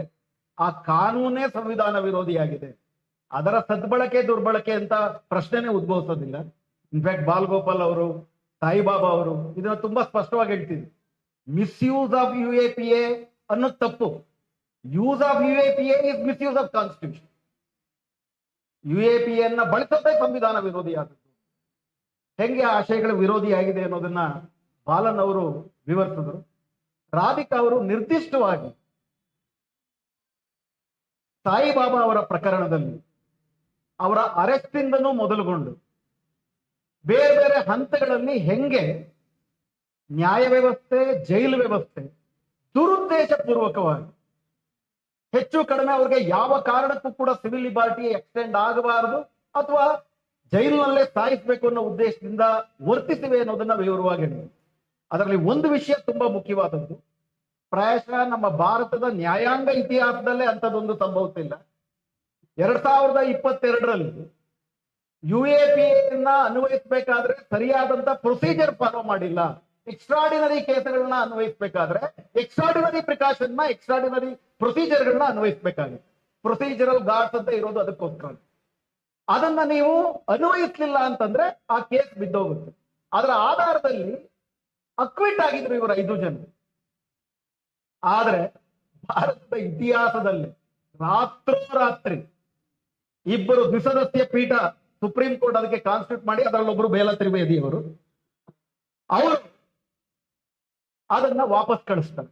ನಮ್ಮ ಕೋರ್ಟಿನ ಇತಿಹಾಸದಲ್ಲಿ ಪ್ರಾಣ ಹೋಗ್ಬಿಡುತ್ತೆ, ಇದನ್ನೇನಾದ್ರೂ ನಾವು ನ್ಯಾಯ ಒದಗಿಸ್ಲಿಲ್ಲ ಅಂದ್ರೆ ಮತ್ತೆ ಯಾವತ್ತೂ ನ್ಯಾಯ ಮಾಡಕ್ ಆಗೋದಿಲ್ಲ ಅನ್ನೋ ಸಂದರ್ಭದಲ್ಲಿ ರಾತ್ರೋರಾತ್ರಿ ಸೇರಿದ್ರು. ಉದಾಹರಣೆಗೆ ರಾಷ್ಟ್ರಪತಿಗಳು ಮರಣದಂಡನೆ ಕಾಯಂ ಮಾಡ್ತಾರೆ, ಅಂತಿಮವಾಗಿ ಉಳ್ಕೊಳ್ಳೋದು ಜುಡಿಷಿಯರಿ, ರಾತ್ರೋರಾತ್ರಿ ಬಾಗಿಲು ತರ್ತಾರೆ. ಪ್ರಶಾಂತ್ ಭೂಷಣ್ ಅವರೆಲ್ಲ ಅದನ್ನ ಮಾಡಿದ್ರು. ಅವಾಗ ಅವರು ನ್ಯಾಯಾಲಯ ಮರಣದಂಡನೆಯನ್ನ ತಡಿಲಿಲ್ಲ ಅಂದ್ರೆ ಆಮೇಲೆ ತಪ್ಪಂದ್ರೂ ಕೂಡ ಸಾವು, ನೀವು ಜೀವ ವಾಪಸ್ ಬರಲ್ಲ. ಅಂತ ಕಂಡೀಷನ್ಸ್ ಅಲ್ಲಿ ರಾತ್ರೋರಾತ್ರಿ ಸೇರಿರ್ತಾರೆ. ಆದ್ರೆ ಬಿಡುಗಡೆಯನ್ನ ತಡೆಯುವುದಕ್ಕೆ ರಾತ್ರೋರಾತ್ರಿ ಭಾರತದ ಕೋರ್ಟಿನ ಇತಿಹಾಸದಲ್ಲಿ ಯಾವತ್ತೂ ಸೇರಿರಲಿಲ್ಲ. ಅಷ್ಟು ನಿಷ್ಕರುಣೆಯಿಂದ ನಿರ್ದಯವಾಗಿ ಈ ವಿಷಯದಲ್ಲಿ ಹೆಂಗ್ ನಡ್ಕೊಂಡಿದ್ದಾರೆ ಅನ್ನೋದನ್ನ ಹಲವಾರು ಕಾನೂನಾತ್ಮಕ ಅಂಶಗಳನ್ನ ಇತ್ಯಾದಿ ವಿಷಯಗಳನ್ನ ಬಾಲನ್ ಅವರು ಮತ್ತು ರಾಧಿಕಾ ಅವರು ಹೇಳಿದ್ರು. ಇಲ್ಲಿ ನಾನ್ ಮಾತಾಡಕ್ ನಿಂತಿರೋದಕ್ಕೆ ನನಗಿರೋ ಒಂದೇ ಒಂದು ಅರ್ಹತೆ ಏನಪ್ಪಾ ಅಂತಂದ್ರೆ, ಸಾಯಿಬಾಬಾ ಅವರ ಎತ್ತರಕ್ಕೂ ನಾನು ಬೆಳೆದಿಲ್ಲ, ಸಾಯಿಬಾಬಾ ಅವರು ಆದಂತ ಆದರ್ಶವು ಇನ್ನು ಸಂಪೂರ್ಣವಾಗಿ ಪಾಲಿಸೋದಕ್ಕೆ ನನಗಾಗಿಲ್ಲ. I am not a tested man. ಆದ್ರೆ ಸಾಯಿಬಾಬಾ ಅವರು ಜೀವನದಲ್ಲಿ ಪ್ರತಿ ಪರೀಕ್ಷೆಯನ್ನು ಪಾಸ್, ಚಳುವಳಿಯ ಪರೀಕ್ಷೆಯನ್ನ, ಜೀವನದ ಪರೀಕ್ಷೆಯನ್ನ ಪಾಸ್ ಆಗಿ ನಿಜವಾದ ಕ್ರಾಂತಿಕಾರಿಯಾಗಿ ನಮ್ಮ ಮುಂದೆ ಹುತಾತ್ಮರಾದ್ರು. ನಾವು ಕಳ್ಕೊಂಡಿರೋದು ಯಾರನ್ನ, ಕಳ್ಕೊಂಡಿರೋದ್ರಿಂದ ನಷ್ಟವಾಗ್ತಿರೋದು ಯಾರಿಗೆ? ಈ 2 ವಿಷಯಗಳನ್ನು ಮಾತ್ರ ಹೇಳೋದಕ್ಕೆ ನಾನು ಬಯಸ್ತೀನಿ. ಯಾಕಂದ್ರೆ ಇನ್ನೊಂದು ನನಗಿರುವಂತ ಒಂದು ಅರ್ಹತೆ, ಸಣ್ಣ ಅರ್ಹತೆ ಏನಪ್ಪಾ ಅಂದ್ರೆ, 1992ರಿಂದ 2000 ತನಕ ನಾನು ಮತ್ತು ಸಾಯಿಬಾಬಾ ಅವರು all India people's resistance forum ಅನ್ನುವಂತ ಒಂದು ಸಂಘಟನೆಯಲ್ಲಿ ಒಟ್ಟಿಗೆ ಕೆಲಸ ಮಾಡಿ ಆ 8 ವರ್ಷಗಳ ಒಡನಾಟದಲ್ಲಿ ಯಾರು ಆ ಸಾಯಿಬಾಬಾ, ಇದನ್ನ ಒಂದಷ್ಟು ನಿಮ್ ಜೊತೆ ಹಂಚ್ಕೊಳಕ್ ಇಷ್ಟಪಡ್ತೀನಿ. ಇನ್ಫ್ಯಾಕ್ಟ್ ಸಾಯಿಬಾಬಾನ ಜೈಲಿನಲ್ಲಿ 10 ವರ್ಷ ಆದ್ಮೇಲೆ ಯಾವಾಗಾದ್ರೂ ಒಂದ್ಸತಿ ಹೈದರಾಬಾದ್ಗೋ ಡೆಲ್ಲಿಗೋ ಹೋಗಿ ಭೇಟಿ ಮಾಡಿ ಬರ್ಬೇಕು ಅಂತ ಅನ್ಕೊಂಡಿದ್ದೆ. ಅಷ್ಟರಲ್ಲಿ ದೂರ್ ಸರಸ್ವತಿ ಅವರು ಒಂದ್ಸತಿ ಹೋಗಿ ಅವ್ರನ್ನ ಭೇಟಿ ಮಾಡಿದ್ರು. ಈಗ ಸರಸ್ವತಿ ಅವರು ಬಂದಿದ್ದಾರೆ. ಕೊನೆಗೆ ಭಾಷಾ ನಮ್ಮಲ್ಲಿ ಕೊನೆಗೆ ಭೇಟಿಯಾಗಿದ್ದು ಅವರೇ ಅನ್ಸುತ್ತೆ. ಅವರು ಜೈಲಿನಲ್ಲಿ ಇದ್ದಾಗ ತಮ್ಮ ಇಡೀ ರಾಜಕೀಯ ವಿಷಯಗಳನ್ನ, ಒಳಗಿನ ತುಮಲುಗಳನ್ನ, ತಮ್ಮ ಬದ್ಧತೆಯನ್ನ ಹಲವಾರು ಕವನಗಳ ರೂಪದಲ್ಲಿ ಬರೆದ್ರು. ಆ ಕವನ ಟೈಟಲ್ ಬಹಳ ಚೆನ್ನಾಗಿ ಕೊಟ್ಟಿದ್ದಾರೆ, why do you fear my way so much? ಯಾಕೆ ನನ್ನ ದಾರಿ ಕಂಡ್ರೆ ನಿನ್ಗೆ ಅಷ್ಟೊಂದು ಭಯ ಯಾಕೆ ಅಂತೇಳಿ ಒಂದು ಕವನ ಸಂಕಲನ ಬರೆದ್ರು. ಆ ಕವನಗಳು ಬರೆದರು. ಅದರಲ್ಲಿ ಒಂದೆರಡು ಕವಿತೆಗಳನ್ನ ಮೊದಲು ಇಂಗ್ಲಿಷ್ ನಲ್ಲಿ ಓದಿ ಆಮೇಲೆ ಅದನ್ನ ಕನ್ನಡದಲ್ಲಿ ಓದಿ ಹೇಳ್ತೀನಿ. ಇದರಿಂದ ನಮಗೆ ಸಾಯಿಬಾಬಾ ಯಾರು ಅನ್ನೋದು ಗೊತ್ತಾಗುತ್ತೆ. ಯಾವಾಗ ಈ ಕವಿತೆಯನ್ನ ಬರೀತಿದ್ದಾರೆ ಅವರು? 2014ಕ್ಕೆ ಬಂಧನಕ್ಕೊಳಗಾಗಿದ್ದಾರೆ. ಬಂಧನಕ್ಕೊಳಗಾಗೋದು ಅಂದ್ರೆ ಏನು? ಸಾಯಿಬಾಬಾ ಅವರು 90% ಅಂಗವೈಕಲ್ಯವನ್ನ ಹೊಂದಿದ್ದವರು. 90% ಅಂಗವೈಕಲ್ಯದಲ್ಲಿ ದಿನನಿತ್ಯ ಬದುಕೋದೇ ಒಂದು ಸವಾಲು. ಸ್ವಲ್ಪ ನಾವು ಊಹಿಸ್ಕೋಬೇಕು. ನಮಗೆ ಕಣ್ಣಿದೆ, ಕಾಲಿದೆ, ಕೈ ಇದೆ, ನಾವು ಬೇಕಾದನ್ನು ತಗೋಬಹುದು, ಬೇಕಾದನ್ನು ಓದ್ಬೋದು. ಪ್ರತಿಯೊಂದಕ್ಕೂ ಕೂಡ ಆ ಅಂಗವೈಕಲ್ಯ ತನ್ನ ಛಲವನ್ನ, ತನ್ನ ವಿಶ್ವಾಸವನ್ನಕ್ಕೆ ಧಕ್ಕೆ ತರದಂತೆ ಘನತೆಯಿಂದ ಬದುಕೋದು ಪ್ರತಿನಿತ್ಯದ ಸವಾಲು. ಅದು ಪ್ರತಿ ದಿನದ ಪರೀಕ್ಷೆ. ಆ ದಿನದ ಪರೀಕ್ಷೆನಲ್ಲಿ ಅವರು ಪಾಸ್ ಆಗ್ತಾನೆ. ಸಮಾಜದಲ್ಲಿ ಈ ಚಳವಳಿನಲ್ಲಿ ಒಳಗೊಂಡ್ರು. ಅಲ್ಲಿ ಅವರು ಜಾಮೀನೇ ಸಿಗಲ್ಲ ಅನ್ನೋ ಪರಿಸ್ಥಿತಿನಲ್ಲಿ ಜೈಲಿನಲ್ಲಿ ಇದ್ದಾಗಲೂ ಕೂಡ ಅವರು ಈ ಕವಿತೆಗಳನ್ನ ಬರೀತಾರೆ ಅಂತಂದ್ರೆ ಪ್ರಾಯಶಃ ಈ ಕವಿತೆಗಳು ಸಾಯಿಬಾಬಾ ಅಂದ್ರೆ ಯಾರು ಅಂತ ಪರಿಚಯಿಸುತ್ತೆ ಅಂತ ನನ್ಗನ್ಸುತ್ತೆ. ನನಗೆ ಇತಿಹಾಸದಲ್ಲಿ 2 ಹೋಲಿಕೆಯನ್ನು ಕಾಣೋದು, ಒಂದು ನಜೀಮ್ ಹಿಕ್ಮತ್, ಇನ್ನೊಂದು ಫೈಜ್ ಅಹಮದ್ ಫೈಜ್. ಇದೇ ತರ ಸೆರೆಮನೆಯಲ್ಲಿ ಅವರು ಇದ್ದಾಗ ನಜೀಮ್ ಹಿಕ್ಮತ್ ಅವರು 25 ವರ್ಷ ಏಕಾಂತ ಸೆರೆವಾಸದಲ್ಲಿದ್ದಾಗ ಬದುಕುವುದು ಬಹಳ, ಅವರು ನಜೀಮ್ ಹಿಕ್ಮತ್ ಬಗ್ಗೆನೂ ಬರೀತಾರೆ. ಆಮೇಲೆ ಬದುಕುವುದು, ಜೈಲಲ್ಲಿದ್ದಾರೆ, ತೆಂಗಿನ ಮರ ನೆಡಬೇಕು, ನಾಳೆ ನಾವೇನು ಅದನ್ನ ಫಲ ತಿನ್ನಲ್ಲ ಅಂತ ನಮಗ್ ಗೊತ್ತು, ಆದ್ರೂ ಕೂಡ ನಾಳೆನೇ ತೆಂಗಿನ ಮರ ಫಲ ಕೊಡುತ್ತೆ ಅನ್ನೋ ತರ ಬದುಕಬೇಕು ಅಂತ ಹೇಳಿ ಜೀವಾವಧಿ ಶಿಕ್ಷೆಗೊಂಡಾಗಿರೋರು ನಾಳೆಗೋಸ್ಕರ ಬದುಕ್ತಾರೆ ಅಂತ ಸ್ಪಿರಿಟ್ ಇದ್ದವರು. ಅವರು ಒಂದು ಕವನದಲ್ಲಿ ಹೇಳ್ತಾರೆ, ದ ಟ್ರೂ ಪ್ರಿಸನ್, ನಿಜವಾದ ಜೈಲು ಯಾವುದು? ಜೈಲಲ್ಲಿದ್ದಾರೆ, ನಿಜವಾದ ಜೈಲು ಯಾವುದು ಅಂತ ಹೇಳ್ತಾರೆ. It is not the high walls, not the solitary cell, it is not the clangs of the keys, nor the sounds of surveillance, it is not the monotonous food, nor the cruel hours of lockup. It is not the pain and suffering in isolation, nor the fear of death. It is not the pain and the suffering in isolation, nor the fear of death. Neither the emptiness of days, nor the blankness of nights. Neither the emptiness of the days, nor the blankness of the night. My friend, it is the life that spread on the high tables of justice. That is the true prison. My friend, it is the life that spread on the high tables of justice. It is not the cannot thrown at me by the enemy of the people, not the intrigues of criminal jurisprudence, not the demagogy of the political establishment. My friend, it is the silence of the voices against injustice done to the vast multitude. Some silence is imposed. Some silence is imposed. Rest is self-imposed. Some silence are imposed, rest is self-imposed. Some censorship is ordered, rest is self-practiced. It is this web that is cast around us. It is not the fear of powers that be, but it is the fear in the voices to give voices to the voiceless. But it is the fear, the voices to give voices to the voiceless. It is the moral decrepitude. It is the hubris of a civilization. It is the amnesia of our combined histories in struggles of a free society. Dear friend, it is it that turns our world into a true dreary prison. 2017ರಲ್ಲಿ ಈ ಕವಿತೆಯನ್ನ ಅವರು ತಮ್ಮ ಸ್ನೇಹಿತರನ್ನ ಉದ್ದೇಶಿಸಿ ಬರೀತಿದ್ದಾರೆ. ಅದರ ಭಾವಾನುವಾದದ ಕನ್ನಡ ಅನುವಾದ ಪ್ರಾಯಶಃ ಹೀಗಿರ್ಬೋದು. ಒಂದು ಪ್ರಯತ್ನ ಮಾಡಿದ್ದೀನಿ.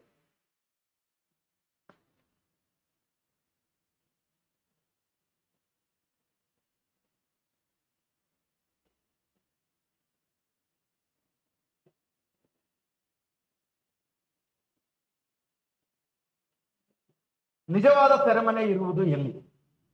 ಗೆಳೆಯ, ನಿಜವಾದ ಸೆರೆಮನೆ ಇರುವುದು ಆಳೆತ್ತರದ ಗೋಡೆಗಳ ಹಿಂದೆಯೂ ಅಲ್ಲ, ಏಕಾಂತ ಶಿಕ್ಷೆಯಲ್ಲೂ ಅಲ್ಲ. ನಿಜವಾದ ಸೆರೆಮನೆ ಇರುವುದು ಆಳೆತ್ತರದ ಗೋಡೆಗಳ ಹಿಂದೆಯೂ ಅಲ್ಲ, ಏಕಾಂತ ಶಿಕ್ಷೆಯಲ್ಲೂ ಅಲ್ಲ. ಪಹರೆಯ ಗಸ್ತಿನ ನಡುಗಿಸುವ ಗುಡುಗಿನಲ್ಲೂ ಅಲ್ಲ, ಕೂಡಿ ಹಾಕುವ ಲಾಕಪ್ಪಿನಲ್ಲೂ ಅಲ್ಲ, ಬಣಗುಟ್ಟುವ ಹಗಲುಗಳಲ್ಲೂ ಅಲ್ಲ, ಬರಿದಾದ ಇರುಳುಗಳಲ್ಲೂ ಅಲ್ಲ. ಗೆಳೆಯನೇ, ನಿಜವಾದ ಸೆರೆಮನೆ ಇರುವುದು ನ್ಯಾಯಾಧೀಶರ ಮೇಜಿನ ಮೇಲೆ ಮೆರೆಯುತ್ತಿರುವ ಸುಳ್ಳುಗಳ ನೆರಳಿನಲ್ಲಿ. ನಿಜವಾದ ಸೆರೆಮನೆ ಇರುವುದು ನ್ಯಾಯಾಧೀಶರ ಮೇಜಿನ ಮೇಲೆ ಮೆರೆಯುತ್ತಿರುವ ಸುಳ್ಳುಗಳ ನೆರಳಿನಲ್ಲಿ. ಗೆಳೆಯ, ನಿಜವಾದ ಸೆರೆಮನೆ ಇರುವುದು ಜನರ ಶತ್ರುಗಳು ನನ್ನ ಬಗ್ಗೆ ಹರಡಿದ ಕಟ್ಟುಕತೆಗಳಲ್ಲ. ನಿಜವಾದ ಸೆರೆಮನೆ ಇರುವುದು ಜನರ ಶತ್ರುಗಳು ನನ್ನ ಬಗ್ಗೆ ಹರಡಿದ ಕಟ್ಟುಕತೆಗಳಲ್ಲ, ಅಥವಾ ನ್ಯಾಯ ವಿಚಾರಣೆ ಎಂಬ ತಂತ್ರ ಕುತಂತ್ರಗಳಲ್ಲೂ ಅಲ್ಲ. ನಿಜವಾದ ಸೆರೆಮನೆ ಇರುವುದು ಕೋಟಿ ಕೋಟಿ ಜನಗಳು ಅನ್ಯಾಯದ ಉರಿಯಲ್ಲಿ ಬೇಯುತ್ತಿದ್ದರೂ ಬೀಗ ಒಡೆಯದ ಮೌನದಲ್ಲಿ. ಕೆಲವು ಮೌನಗಳು ಹೇರಲ್ಪಟ್ಟವು, ಕೆಲವು ಮೌನಗಳು ಹೇರಲ್ಪಟ್ಟವು, ಉಳಿದವು ನಮಗೆ ನಾವೇ ಹೇಳಿಕೊಂಡವು. ಕೆಲವು ನಿಷೇಧಗಳಿಗೆ ಆದೇಶವಿದ್ದರೆ ಉಳಿದವೆಲ್ಲ ವಿಧೇಯರಾಗಿ ನಾವೇ ವಿಧಿಸಿಕೊಂಡವು. ನಿಜ ಸೆರೆಯ ಈ ಜಾಲ ಭೇದಿಸುವುದು ಹೇಗೆ ಗೆಳೆಯ? ನಿಜ ಸೆರೆಯ ಈ ಜಾಲ ಭೇದಿಸುವುದು ಹೇಗೆ ಗೆಳೆಯ? ನಿಜವಾದ ಸೆರೆ ಲಾಠಿ ಹುಟ್ಟಿಸುವ ಭೀತಿಯಲ್ಲಿಲ್ಲ, ಬದಲಿಗೆ ಮಾತಿಲ್ಲದವರಿಗೆ ಮಾತು ಕಟ್ಟುವರೊಳಗೆ ಇಣುಕುವ ಭೀತಿಯಲ್ಲಿದೆ. ನಿಜವಾದ ಸೆರೆ ಲಾಠಿ ಹುಟ್ಟಿಸುವ ಭೀತಿಯಲ್ಲಿಲ್ಲ, ಬದಲಿಗೆ ಮಾತಿಲ್ಲದವರಿಗೆ ಮಾತು ಕೊಟ್ಟವರ ಒಳಗೆ ಇಣುಕುವ ಭೀತಿಯಲ್ಲಿದೆ. ಜರ್ಜರವಾಗಿ ಜೀರ್ಣಾವಸ್ಥೆಯಲ್ಲಿರುವ ನೈತಿಕತೆಯಲ್ಲಿದೆ. ಬಿಡುಗಡೆಗಾಗಿ ಮಾಡಿದ ಕೂಡು ಹೋರಾಟಗಳ ವಿಸ್ಮೃತಿಯಲ್ಲಿದೆ. ಗೆಳೆಯ, ನಮ್ಮ ಸುಂದರ ಲೋಕವನ್ನು ನಿಜವಾದ ಸೆರೆಮನೆಯಾಗಿಸುವುದು ಇವು. ಸ್ನೇಹಿತರೆ, ಈ ತರಹದ ಬಹಳಷ್ಟು ಕವನಗಳನ್ನ ಬರೆದ್ರು. ಆ ಕವನ ಸಂಕಲನಕ್ಕೆ ಗೂಗಿ ವಾತಿಯಾಂಗೋ ಅಂತ ಹೇಳಿ ಭಾರತದ ಇಡೀ ಜಗತ್ತಿನ ತುಂಬಾ ಪ್ರಖ್ಯಾತವಾದಂತ ಅಕ್ಷರಗಾರುಡಿಗ, ಅದರಲ್ಲೂ ವಿಶೇಷವಾಗಿ ಮೂರನೇ ಪ್ರಪಂಚದ ಬಡಜನರ ಬಗ್ಗೆ ಬರೆದಂತ ಕವಿ.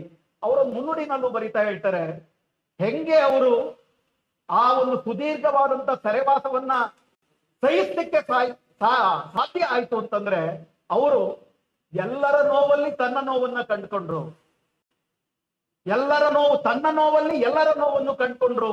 ಈ ಒಂದು ತಾನು ಮತ್ತು ಸೃಷ್ಟಿ, ವ್ಯಕ್ತಿ ಮತ್ತು ಸಮಷ್ಟಿ ಒಂದಾಗುವ ಬಗೆನಲ್ಲಿ ಅವರು ಸಮಾಜವನ್ನ, ತಮ್ಮ ಜೈಲುವಾಸವನ್ನ ಎದುರಿಸಿದ್ರು ಅಂತ ಅವ್ರು ಬರೀತಾರೆ. ಸ್ನೇಹಿತರೆ, all India people's resistance forum ಅನ್ನುವಂತಹ ಒಂದು ಸಂಘಟನೆಯಲ್ಲಿ 1992ರಲ್ಲಿ ಆ ಸಂಘಟನೆ ಸ್ಥಾಪನೆ ಆಯಿತು. ಭಾರತದಲ್ಲಿರುವಂತಹ ಪರಿಸರವಾದಿಯಾದಂತಹ ಕಾರ್ಮಿಕರ, ರೈತರ,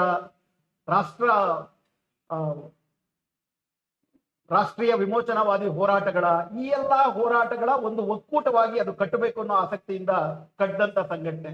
92ರಲ್ಲಿ ನಾನು ಆ ಸಂಘಟನೆಯಲ್ಲಿ ಕಾರ್ಯಕಾರಿ ಸಮಿತಿನಲ್ಲಿದ್ದಾಗ ಹೈದರಾಬಾದ್ನಿಂದ ಸಾಯಿಬಾಬಾ ಅವರು ಅದರ ಕಾರ್ಯಕಾರಿ ಸಮಿತಿನಲ್ಲಿ ಇದ್ರು. ಇನ್ಫ್ಯಾಕ್ಟ್ ಸಾಯಿಬಾಬಾ ಅವರು ಆಂಧ್ರದ ಅಮಲಾಪುರಂನಲ್ಲಿ ಒಂದು ಮಧ್ಯಮ ವರ್ಗದ ರೈತ ಕುಟುಂಬದಲ್ಲಿ ಹುಟ್ಟಿದಂಥವರು. 5 ವರ್ಷದಲ್ಲೇ ಪೋಲಿಯೋ ಪೀಡಿತರಾಗ್ತಾರೆ. 5 ವರ್ಷದಿಂದ ಪೋಲಿಯೋ ಪೀಡಿತರಾಗಿ ದೇಹಕೊಂಡೇ ಅವ್ರು ಬದುಕ್ತಾರೆ. ಅತ್ಯಂತ ಬಡತನದಲ್ಲೂ ಕೂಡ ಇದ್ದಂಥವ್ರು. ಅವರು ಹೊರಗಡೆ ಬಂದ್ಮೇಲೆ ಒಂದು ಇಂಟರ್ವ್ಯೂನಲ್ಲಿ ವಿವರವಾಗಿ ಹೇಳ್ತಾರೆ, ಅವ್ರ ತಾಯಿ ಈ ಒಂದು ಅಂಗವೈಕಲ್ಯ ತನ್ನ ಮಗನನ ವಿಶ್ವಾಸವನ್ನ ಹಾಳು ಮಾಡಬಾರದು ಅಂತೇಳಿ ಎತ್ಕೊಂಡೋಗಿ ದಿನ ಪ್ರೈಮರಿ ಸ್ಕೂಲ್ ಬಿಟ್ಟು ಬರ್ತಿದ್ರು. ಅಂತ ತಾಯಿ ತೀರ್ಕೊಂಡಾಗ ಒಂದ್ ದಿವಸ ಹೋಗಿ ನೋಡ್ಕೊಂಡು ಬರ್ತೀನಿ ಅಂತಂದ್ರೆ ಪೆರೋಲ್ ಕೊಡೋದಿಲ್ಲ. ರಾಮ್ ರಹೀಂ ಸಚ್ಚೆ ಸೌದಾ ಅಂತ ಅಂದ್ಬಿಟ್ಟು ಒಬ್ಬ ಇದಾನೆ, ಆತನ ಮೇಲೆ ಪೋಸ್ಕೋ ಕೇಸ್ಗಳೆಲ್ಲ ಇದಾವೆ. ಆತನಿಗೆ ವರ್ಷಕ್ಕೆ 100 ದಿವಸ 150 ದಿವಸ ಪೆರೋಲ್ ಸಿಗುತ್ತೆ. ಎಲೆಕ್ಷನ್ ಮುಂಚೆ ಪೆರೋಲ್ ಸಿಗುತ್ತೆ. ಬಿಲ್ಕಿಸ್ ಬಾನು ಅಪರಾಧಿಗಳಿಗೆ ಅವರ ಅಪರಾಧ ಸಾಬೀತಾಗಿದೆ. ಬಿಲ್ಕಿಸ್ ಬಾನು ಅಪರಾಧಿಗಳು 12 ವರ್ಷ ಜೈಲಲ್ಲಿದ್ರೆ ಸುಮಾರು 4.5 ವರ್ಷ ಹೊರಗಡೆ ಇದ್ದಾರೆ ಪೆರೋಲ್. ಆದ್ರೆ ಸಾಯಿಬಾಬಾ ಅವರು ಒಂದು ದಿವಸ, ಯಾರು 90% ಅಂಗವೈಕಲ್ಯ ಹೊಂದಿರುವಂತಹ ಸಾಯಿಬಾಬಾ ಪೆರೋಲ್ ಮೇಲೆ ಹೊರಗಡೆ ಬಂದ್ರೆ ಮೋದಿ ಸತ್ತೋಗ್ತಾನೆ ಅನ್ನೋ ಭಯ. ಅವರು ಸೆಂಟ್ರಲ್ ಯೂನಿವರ್ಸಿಟಿಗೆ 1990 ಹೈದರಾಬಾದ್ನಲ್ಲಿ ಸೇರ್ತಾರೆ. ಅವಾಗ ಮಂಡಲ್ ಕಮಿಷನ್ ಹೋರಾಟ ತುಂಬಾ ಉಚ್ಛ್ರಾಯದಲ್ಲಿ ಇದ್ದಂತ ಕಾಲ. ಮಂಡಲ್ ಕಮಿಷನ್ ಹೋರಾಟದಲ್ಲಿ ಅದ್ರ ಜೊತೆಗೆ ಅವರಲ್ಲಿ ಸುಮಾರು ಜನ ಅವರ ಸ್ನೇಹಿತರು ಇರ್ತಾರೆ, ಅದೇ ರೀತಿಯಾದಂತ ಬೇರೆ ಬೇರೆ ವೈಕಲ್ಯಗಳಿಗೆ ತುತ್ತಾರು. ಅವ್ರದ್ದು ಒಂದು ಸಂಘಟನೆ ಕಟ್ಕೊಂಡು ಮಂಡಲ್ ಕಮಿಷನ್ ಹೋರಾಟದಲ್ಲಿ ತೊಡಗ್ಕೊತಾರೆ. ನಾನು ಫಸ್ಟ್ ಅವ್ರನ್ನ ಭೇಟಿ ಮಾಡಿದ್ದ ಅವಾಗ 92ರಲ್ಲಿ ಸೆಂಟ್ರಲ್ ಯೂನಿವರ್ಸಿಟಿನಲ್ಲಿ ಮೆಸ್ನಲ್ಲಿ ಕೆಲಸ ಮಾಡುವ ಕಾರ್ಮಿಕರಿಗೆ ಸರಿಯಾಗಿ ಸಂಬಳ ಕೊಡ್ತಿಲ್ಲ ಅಂತೇಳಿ ಇವರು ಆ ಹೋರಾಟವನ್ನ ಮುನ್ನಡೆಸ್ತಾರೆ. ಸಾಯಿಬಾಬಾ ಯಾರು, ನಾವು ಕಳ್ಕೊಂಡಿರೋದು ಯಾರನ್ನ ಅಂತ ಗೊತ್ತಾಗೋದಕ್ಕೆ ಕೆಲವು ಉದಾಹರಣೆಗಳನ್ನ ಹೇಳ್ತಾ ಇದ್ದೀನಿ.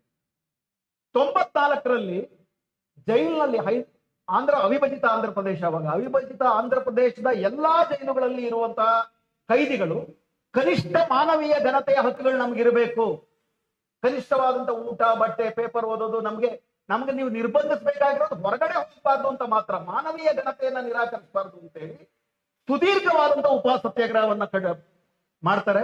ಆಗ ಹೊರಗಡೆ ಅದಕ್ಕೊಂದು ಡೆಮಾಕ್ರೆಟಿಕ್ ಸಪೋರ್ಟ್ ನ ಕಟ್ಟಿದವರು ಸಾಯಿಬಾಬಾ ಅವರ ಮುಂಚೂಣಿಯಲ್ಲಿ ಹಲವಾರು ಸಂಘಟನೆಗಳು ಸೇರಿದ್ವು. ಸಾಯಿಬಾಬಾ ಅವರು ಅದರಲ್ಲಿ ತೊಡಗಿಸ್ಕೊಂಡು ಇನ್ಫ್ಯಾಕ್ಟ್ 1996ರಲ್ಲೇನೆ ಒಂದು ಪ್ರತ್ಯೇಕ ತೆಲಂಗಾಣ ಬೇಕು ಅಂತ ಒಂದು ಆ ಹೋರಾಟಕ್ಕೆ ತುಂಬಾ ಇತಿಹಾಸ ಇದೆ. ಪ್ರತ್ಯೇಕ ತೆಲಂಗಾಣ ಹೋರಾಟ ಪ್ರಾರಂಭ ಆದಾಗ ನಿಮಗೆ ನಾನು ಆಗ್ಲೇ ಹೇಳಿದೆ, ಇವರು ಅಮಲಾಪುರಂನವರು, ಅಮಲಾಪುರ ಅಂದ್ರೆ ಆಂಧ್ರದವರು ಪ್ರತ್ಯೇಕ ತೆಲಂಗಾಣ ಆಗಬಾರ್ದು ಅನ್ನೋದು. ಆದ್ರೆ ಪ್ರತ್ಯೇಕ ತೆಲಂಗಾಣ ಆಗಬೇಕು ಅನ್ನೋ ಹೋರಾಟಕ್ಕೆ ಇವರು ಮುಂಚೂಣಿನಲ್ಲಿ ನಾಯಕತ್ವ ವಹಿಸಿದ್ರು. ಬರೀ ಪ್ರತ್ಯೇಕ ತೆಲಂಗಾಣ ಅಲ್ಲ, ಅದು ಪ್ರಜಾತಾಂತ್ರಿಕ ತೆಲಂಗಾಣವಾಗಬೇಕು, ಮತ್ತೆ ಭೂಮಾಲೀಕರ ತೆಲಂಗಾಣ ಆಗ್ಬಾರ್ದು ಅಂತ ಆ ತರ ಹೋರಾಟ ಕಟ್ಟುವಂತ ವ್ಯಕ್ತಿಯವರು. ಅದೇ ಸಂದರ್ಭದಲ್ಲೇ ತಮ್ಮಲ್ಲಿ ಹಲವರು ಜ್ಞಾಪಕ ಇರ್ಬೋದು, ಹಲವರು ಭಾಗವಹಿಸಿರ್ಬೋದು, WTO ಕಾಯ್ದೆಗಳೆಲ್ಲ ಬಂದು ಗ್ಯಾಟು ಇವೆಲ್ಲ ಒಪ್ಪಂದ ಆದ್ಮೇಲೆ ಭಾರತದಲ್ಲಿದ್ದಂತ ಬೃಹತ್ ರೈತ ಸಂಘಟನೆಗಳೆಲ್ಲ ಒಟ್ಟಾಗಿ ಒಂದು ಚರ್ಚೆ ಇತ್ತು ರೈತ ಸಂಘಟನೆಗಳ ಒಳಗಡೆ. WTOನಲ್ಲಿ ಕೃಷಿಯನ್ನ ಮಾತ್ರ ಹೊರಗಿಡಬೇಕಾ, ಇಡೀ WTOನೇ ನಿರಾಕರಿಸಬೇಕಾ ಅನ್ನುವಂತ ಒಂದು ಚರ್ಚೆ ಇತ್ತು. ಆ ಚರ್ಚೆನಲ್ಲಿ kill WTO otherwise WTO kills you ಅನ್ನುವಂತಹ ತಾತ್ವಿಕತೆ ಮೇಲೆ ಇಡೀ ದೇಶದ ರೈತಾಪಿ ಸಂಘಟನೆಗಳನ್ನ ಕಟ್ಟಿದವರಲ್ಲಿ ಸಾಯಿಬಾಬಾ ಅವರು ಮುಖ್ಯರು. ಅದರಲ್ಲಿ ಕರ್ನಾಟಕದಿಂದ ಪ್ರೊಫೆಸರ್ ನಂಜುಂಡಸ್ವಾಮಿ ಅವರು ತುಂಬಾ ಪ್ರಮುಖವಾದಂತಹ ಪಾತ್ರ ವಹಿಸಿದ್ರು. ನಂಜುಂಡಸ್ವಾಮಿ ಅವರು ಕೂಡ ಆ ಸಂಘಟನೆಯಲ್ಲಿ ಭಾಗವಹಿಸಿದ್ರು. ಅದಕ್ಕೆ joint action forum of Indian people against WTO ಅಂತ ಅಂದ್ಬಿಟ್ಟು ಒಂದು ಹೆಸರನ್ನ ಕೂಡ ಇಟ್ಟಿದ್ವಿ. 3 ದಿನಗಳ ಕಾಲ ಹೈದರಾಬಾದ್ ನಲ್ಲಿ ಅವಾಗ ಟಿಕಾಯತ್ ಅವರು ಕೂಡ ಇದ್ರು, ಮಹೇಂದ್ರ ಸಿಂಗ್ ಟಿಕಾಯತ್ ಅವರು ಕೂಡ ಇದ್ರು. ಎಲ್ಲಾ ಬಗೆಯ ರೈತ ಹೋರಾಟಗಾರರು ಕೂಡ ಅದರಲ್ಲಿ ಭಾಗವಹಿಸಿ ಒಂದು ದೊಡ್ಡ ಹೋರಾಟವನ್ನು ಅವಾಗ ಕಟ್ಟಿದ್ರು. ಅದಾದ ನಂತರದಲ್ಲಿ ನಿಮಗೆ ಗೊತ್ತಿರ್ಬೋದು, ಸಾಮ್ರಾಜ್ಯಶಾಹಿ ಎನ್ನುವುದು ಹಲವಾರು ರೂಪಗಳನ್ನ ತಡೆದು ಇಲ್ಲಿ ಬೇರೆ ಬೇರೆ ರೀತಿ ಶೋಷಣೆ ಮಾಡ್ತಿದೆ ಅನ್ನೋದು ಒಂದು ವರ್ಲ್ಡ್ ಸೋಷಿಯಲ್ ಫೋರಂ ಅಂತ ಒಂದು ದೊಡ್ಡ ಚಳವಳಿ ಆಗ ನಡೀತಾ ಇತ್ತು 2000ರಲ್ಲಿ. ಅವಾಗೆಲ್ಲ ಆಗ ವರ್ಲ್ಡ್ ಸೋಷಿಯಲ್ ಫೋರಂ ನ ಸ್ಪಾನ್ಸರ್ಶಿಪ್ ಕೂಡ ಇಂಥವರೇ ವಹಿಸ್ಕೊಂಡ್ರಾಗಲ್ಲ. ನಿಜಕ್ಕೂ ನಮ್ಮ ಜಾಗತಿಕ ಒಕ್ಕೂಟ ಬೇಕು, ಆದ್ರೆ ಜನರ ಪ್ರತಿರೋಧದ ಒಂದು ಜಾಗತಿಕ ಒಕ್ಕೂಟ ಬೇಕು. ಮುಂಬೈ ರೆಸಿಸ್ಟೆನ್ಸ್ 2004 ಅಂತ ನಾವು ಅವಾಗೆಲ್ಲ ಕಟ್ಕೊಂಡಿದ್ವಿ. ಅದರಲ್ಲೂ ಕೂಡ ಅವರು ಜೊತೆಗಿದ್ವಿ. ಇವೆಲ್ಲ ಜೊತೆಗಿರ್ಬೇಕಾದ್ರೆ ಅವರು ವೀಲ್ ಚೇರ್ ಅಂತ ಬಂದಿದ್ದು 2006 ನಂತರ ಅವರು ಡೆಲ್ಲಿ ಯೂನಿವರ್ಸಿಟಿನಲ್ಲಿ ಪ್ರೊಫೆಸರ್ ಆದ್ಮೇಲೆ ವೀಲ್ ಚೇರ್ ನ ತಗೊಂಡಿದ್ರು. ಈ ಎಲ್ಲಾ ಚಟುವಟಿಕೆಗಳಲ್ಲಿ ಚಳುವಳಿ ಕಟ್ಟಿದವರು ಗೊತ್ತಿರುತ್ತೆ, ಸಂಘಟನೆ ಕಟ್ಟಿದವರು ಗೊತ್ತಿರುತ್ತೆ, ದೊಡ್ಡ ದೊಡ್ಡ ಕಾರ್ಯಕ್ರಮಗಳನ್ನ ಮಾಡಿದವರು ಗೊತ್ತಿರುತ್ತೆ. ಹಗಲು ರಾತ್ರಿ ಓಡಾಡಬೇಕಾಗತ್ತೆ, ಸಂಘಟಿಸಬೇಕಾಗತ್ತೆ, ಬೆಳಗ್ಗೆ ಏಳಬೇಕಾಗತ್ತೆ. ನಾನು ಯಾಕೆ ಈ ವಿವರಗಳನ್ನ ಹೇಳ್ತೀವಿ ಅಂದ್ರೆ ನಮಗಂತೂ ದೊಡ್ಡದಲ್ಲ. ಬೆಳಗ್ಗೆ ಹೇಳ್ತೀವಿ, ಕಾಫಿ ಕುಡಿತೀವಿ, ಟಾಯ್ಲೆಟ್ ಹೋಗ್ತೀವಿ, ಬರ್ತೀವಿ, ಪ್ರತಿಯೊಂದು ಸವಾಲು. ಸಾಯಿಬಾಬಾ ಅವರು ಅದು ಸವಾಲೇ ಆಗದ ರೀತಿ ನಾಯಕತ್ವವನ್ನ ಕೊಟ್ಟವರು ಸಾಯಿಬಾಬಾ. ಆ ನಂತರದಲ್ಲಿ ಇಂಥ ಸಾಯಿಬಾಬಾ 2004ರ ನಂತರ ಜಾಗತಿಕ ಮಟ್ಟದಲ್ಲಿ ಭಾರತದಲ್ಲಿ ಒಂದು ಕ್ರಾಂತಿಕಾರಿ ಬದಲಾವಣೆ ಬರಬೇಕು ಅಂತೇಳಿ ಫ್ರೆಂಡ್ಸ್ ಆಫ್ ಇಂಡಿಯನ್ ರೆವಲ್ಯೂಷನ್ ಅಂತೇಳಿ ಒಂದು ಸಂಘಟನೆಯನ್ನ ಕಟ್ಕೋತಾರೆ. ಅವ್ರ ಸ್ನೇಹಿತರೆಲ್ಲ ಕಟ್ಕೊಂಡು ಫಾಯರ್ ಅಂತ ಹೇಳಿ ಅದಕ್ಕೆ ಕರಿತಿದ್ರು. ಅದರಲ್ಲೂ ಕೂಡ ಭಾರತದಲ್ಲಿ ವಿಶೇಷವಾಗಿ ಆದಿವಾಸಿಗಳ ಏನ್ ಎತ್ತಗಡೆ ನಡೀತಿತ್ತು, ನಿಮ್ಗೆಲ್ಲರಿಗೂ ಜ್ಞಾಪಕ ಇರ್ಬೋದು. UPA ಪ್ರಥಮವಾಗಿ ಅಧಿಕಾರಕ್ಕೆ ಬಂದಂತ ಸಂದರ್ಭದಲ್ಲೇನೆ ದೊಡ್ಡ ಮಟ್ಟದಲ್ಲಿ ಆಪರೇಷನ್ ಗ್ರೀನ್ ಹಂಟ್ ಕೂಡ ಶುರುವಾಯಿತು. ಆಪರೇಷನ್ ಗ್ರೀನ್ ಹಂಟ್ ಶುರುವಾದಾಗ ಅದನ್ನ ಅರುಂಧತಿ ರಾಯ್ ಅವರು ಚೆನ್ನಾಗಿ ಬರೆದಿದ್ರು. MOU ವಾದೀಸ್ ವರ್ಸಸ್ ಮಾವೋವಾದೀಸ್ ಅಂತ ಒಂದು ಕಾರ್ಟೂನ್ ಕೂಡ ಇತ್ತವ. ದೊಡ್ಡ ದೊಡ್ಡ MOUಗಳು ಈ ದೇಶದ ವೇದಾಂತಗಳ ಜೊತೆ, ಟಾಟಾಗಳ ಜೊತೆ, ಅಂಬಾನಿಗಳ ಜೊತೆ ದೊಡ್ಡ ದೊಡ್ಡ MOUಗಳು ಮಾಡ್ಕೊಂಡು ರೈತರನ್ನ, ಆದಿವಾಸಿಗಳನ್ನ ಎತ್ತಂಗಡಿ ಮಾಡಿ ಅಲ್ಲಿ ಒಂದು ಕಾರ್ಪೊರೇಟ್ ನೋಟಿಗೆ ಅವಕಾಶ ಮಾಡಿಕೊಡುವಂತಹ ಒಂದು ದೊಡ್ಡ ಸಂಚು ನಡೀತಿತ್ತು. ಅದರ ವಿರುದ್ಧ ಹೋರಾಟವನ್ನ ಕಟ್ಟೋದ್ರಲ್ಲಿ, ಆದಿವಾಸಿಗಳ ಹಕ್ಕಿನ ಪರವಾಗಿ ಜಾಗತಿಕವಾಗಿ ಧ್ವನಿ ಎತ್ತೋದ್ರಲ್ಲಿ ಪ್ರಯತ್ನೋದ್ರಲ್ಲಿ ಕೂಡ ಸಾಯಿಬಾಬಾ ಅವರು ಮುಂಚೂಣಿಯಲ್ಲಿ. ಸಾಯಿಬಾಬಾ ಅವರು ಯಾತಕ್ಕೆ ಕಣ್ಣೆಸರಾದರು, ಸಾಯಿಬಾಬಾ ಅವ್ರನ್ನ ಯಾತಕ್ಕೆ ಅವರು ಕೊಲ್ಲಬೇಕಾಗಿ ಬಂತು ಅಂತಂದ್ರೆ, ಈ ದೇಶದ ಕಾರ್ಪೊರೇಟ್ ಸ್ಟೇಟ್ ಕಂಬೈನ್ಗೆ ಆದಿವಾಸಿಗಳ ಧ್ವನಿಯನ್ನ ಎತ್ತಿ ಅದಕ್ಕೆ ಪ್ರತಿರೋಧ ಕಟ್ಟಿದ್ದಂತ ಧ್ವನಿ ಏನಿತ್ತು ಸಾಯಿಬಾಬಾ ಅವ್ರದ್ದು, ಅದು ಬೇಡವಾಗಿ. ಇನ್ಫ್ಯಾಕ್ಟ್ ಸಾಯಿಬಾಬಾವನ್ನ ನಾವು ಕಳ್ಕೊಂಡಿರೋದು ಎಲ್ಲಿ ಅಂತಂದ್ರೆ, ನಿನ್ನೆ ನಾನೊಂದು ಅವರ ಸ್ನೇಹಿತರು ಕೊನೆಯ ದಿನಗಳಲ್ಲಿ ಅಕ್ಟೋಬರ್ 11, 12 ಕೂಡ ಅವ್ರ ಜೊತೆ ಇದ್ದಂತ ಸತ್ಯಂ ಅಂತ ಒಬ್ರು ಲೆಕ್ಚರರ್ ಮಾಡಿದ ವಿಡಿಯೋನ ನೋಡ್ತಾ ಇದ್ದೆ. ಅವ್ರಂದು ಹೇಳ್ತಿದ್ರು, ಅಕ್ಟೋಬರ್ 11ಕ್ಕೂ ಕೂಡ ಅವ್ರು ICU ಸೇರ್ಕೊಳಕ್ ಮುಂಚೆನೂ ಕೂಡ ಆಪರೇಷನ್ ಖಗರ್ ಅಂತ ಒಂದು ಶುರುವಾಗಿದೆ. ಇಡೀ ಛತ್ತೀಸ್ಗಢಲ್ಲಿರೋ ಆದಿವಾಸಿಗಳನ್ನ ನಿರ್ನಾಮ ಮಾಡಿ ನೀವು ನೋಡಿರ್ಬೋದು. ಈಗಾಗಲೇ ಗೃಹ ಮಂತ್ರಿ ಅಮಿತ್ ಶಾ ಘೋಷಣೆ ಮಾಡಿದ್ದಾರೆ, ನಕ್ಸಲೈಟ್ ಚಳವಳಿ ಸಂಪೂರ್ಣ ಮುಗಿದೋಯ್ತು, ಇನ್ನು 2 ವರ್ಷದಲ್ಲಿ ಅದ್ರ ಕಥೆನೇ ಇರಲ್ಲ ಅಂತ ಹೇಳಿ. ಆದಿವಾಸಿಗಳನ್ನ ಹೇಳೋದ್ರಿಂದ ಕೇಳೋದ್ರಿಂದ ಸಾವಿರ ಗಟ್ಟಲೆ ಬಂಧಿಸಲಾಗ್ತಿದೆ, ನೂರಾರು ಸಂಖ್ಯೆಗಳಲ್ಲಿ ಕೊಲ್ಲಲಾಗ್ತಿದೆ. ಕಳೆದ ಕೇವಲ 1 ವರ್ಷದಲ್ಲಿ ಈ ಸೆಪ್ಟೆಂಬರ್ ಒಳಗಾಗಿ 175 ಜನ ಆದಿವಾಸಿಗಳನ್ನ ನಕ್ಸಲೈಟ್ ಅನ್ನೋ ಎನ್ಕೌಂಟರ್ಗಳಲ್ಲಿ ಕೊಂದಾಕಿದ್ದಾರೆ. ಇದ್ರ ವಿರುದ್ಧ ನಾವು ಧ್ವನಿ ಎತ್ತಬೇಕು ಅಂತ ಹೇಳಿ ಅಕ್ಟೋಬರ್ 11ಕ್ಕೆ ICU ಸೇರಕ್ ಮುಂಚೆನೂ ಕೂಡ ಸಾಯಿಬಾಬಾ ಅವ್ರು ಮಾತಾಡ್ತಿದ್ರು ಅಂತ ಅಂದ್ಬಿಟ್ಟು ಹೇಳ್ತಾರೆ. ನಾವು ಕಳ್ಕೊಂಡಿರೋದು ಇಂಥ ಸಾಯಿಬಾಬಾ. ಇಂಥ ಸಾಯಿಬಾಬಾಗಳು ಸತ್ತರೆ, ಕೊಂದು ಹಾಕಿದ್ರೆ ಆದಿವಾಸಿಗಳನ್ನ ಕೊಲ್ಲೋದು ಸುಲಭ. ಒಂದು 16 ಜನ ಭೀಮಾ ಕೊರೆಗಾಂವ್ನ ಮಾನವ ಹಕ್ಕುಗಳ ಪರವಾಗಿ ಹೋರಾಟ ಮಾಡೋರನ್ನ ಜೈಲ್ಗೆ ಹಾಕಿದ್ರೆ ಕಾರ್ಮಿಕರ ಹಕ್ಕುಗಳನ್ನ, ರೈತರ ಹಕ್ಕುಗಳನ್ನ ಧ್ವಂಸ ಮಾಡೋದು, ಜನರ ಧ್ವನಿಯನ್ನ ಹತ್ತಿಕ್ಕಿದ್ರೆ ಜನರನ್ನ ಲೂಟಿ ಮಾಡೋದು ಸುಲಭ ಅನ್ನುವಂಥದ್ದೇ ಇದರ ಹಿಂದಿರುವಂತ ತಾತ್ಪರ್ಯ. ಸ್ನೇಹಿತರೆ, ಹೆಚ್ಚು ಸಮಯ ತೆಗೆದುಕೊಳ್ಳಲ್ಲ. ಹಾಗಾದ್ರೆ ಅವ್ರನ್ನ ಕೊಂದಿದ್ಯಾ ಕೇವಲ ನ್ಯಾಯ ವ್ಯವಸ್ಥೆಯ, ಕೇವಲ ಮೋದಿಯ? ಈ ಪ್ರಶ್ನೆಯನ್ನ ಕೇಳ್ದಿರ ಒಂದು ಅಪೂರ್ಣ ಆಗ್ತದೆ. ಅಕ್ಟೋಬರ್ 12ರ ರಾತ್ರಿ 8 ಸಾಯಿಬಾಬಾ ಅವರು ತೀರ್ಕೊತಾರೆ. ಅಕ್ಟೋಬರ್ 14ನೇ ತಾರೀಕು ಅವರ ಮನೆಯಿಂದ ಅವರು ಇಡೀ ದೇಹವನ್ನ ಆಸ್ಪತ್ರೆಗೆ ಕೊಡ್ತಾರೆ. ಪ್ರಾರಂಭದಲ್ಲಿ 6 ಗಂಟೆಯಲ್ಲಿ ಕಣ್ಣನ್ನ ದಾನ ಮಾಡಿರ್ತಾರೆ. ಇಡೀ ದೇಹ ಆಸ್ಪತ್ರೆಗೆ ಕೊಡೋಕ್ ಮುಂಚೆ ಮೆರವಣಿಗೆ ಆಗುತ್ತೆ. ಹೈದರಾಬಾದ್ ನಲ್ಲಿ ಒಂದು ಹುತಾತ್ಮ ಸ್ತೂಪ ಅಂತ ಒಂದು, ಆ ಹುತಾತ್ಮ ಸ್ತೂಪದ ಬಳಿ 15 ನಿಮಿಷಗಳ ಕಾಲ ಮಾತ್ರ ಸಾಯಿಬಾಬಾ ಅವರ ಮೃತದೇಹ ಇಡುವ ಪ್ರಯತ್ನ ನಡೆಯುತ್ತೆ.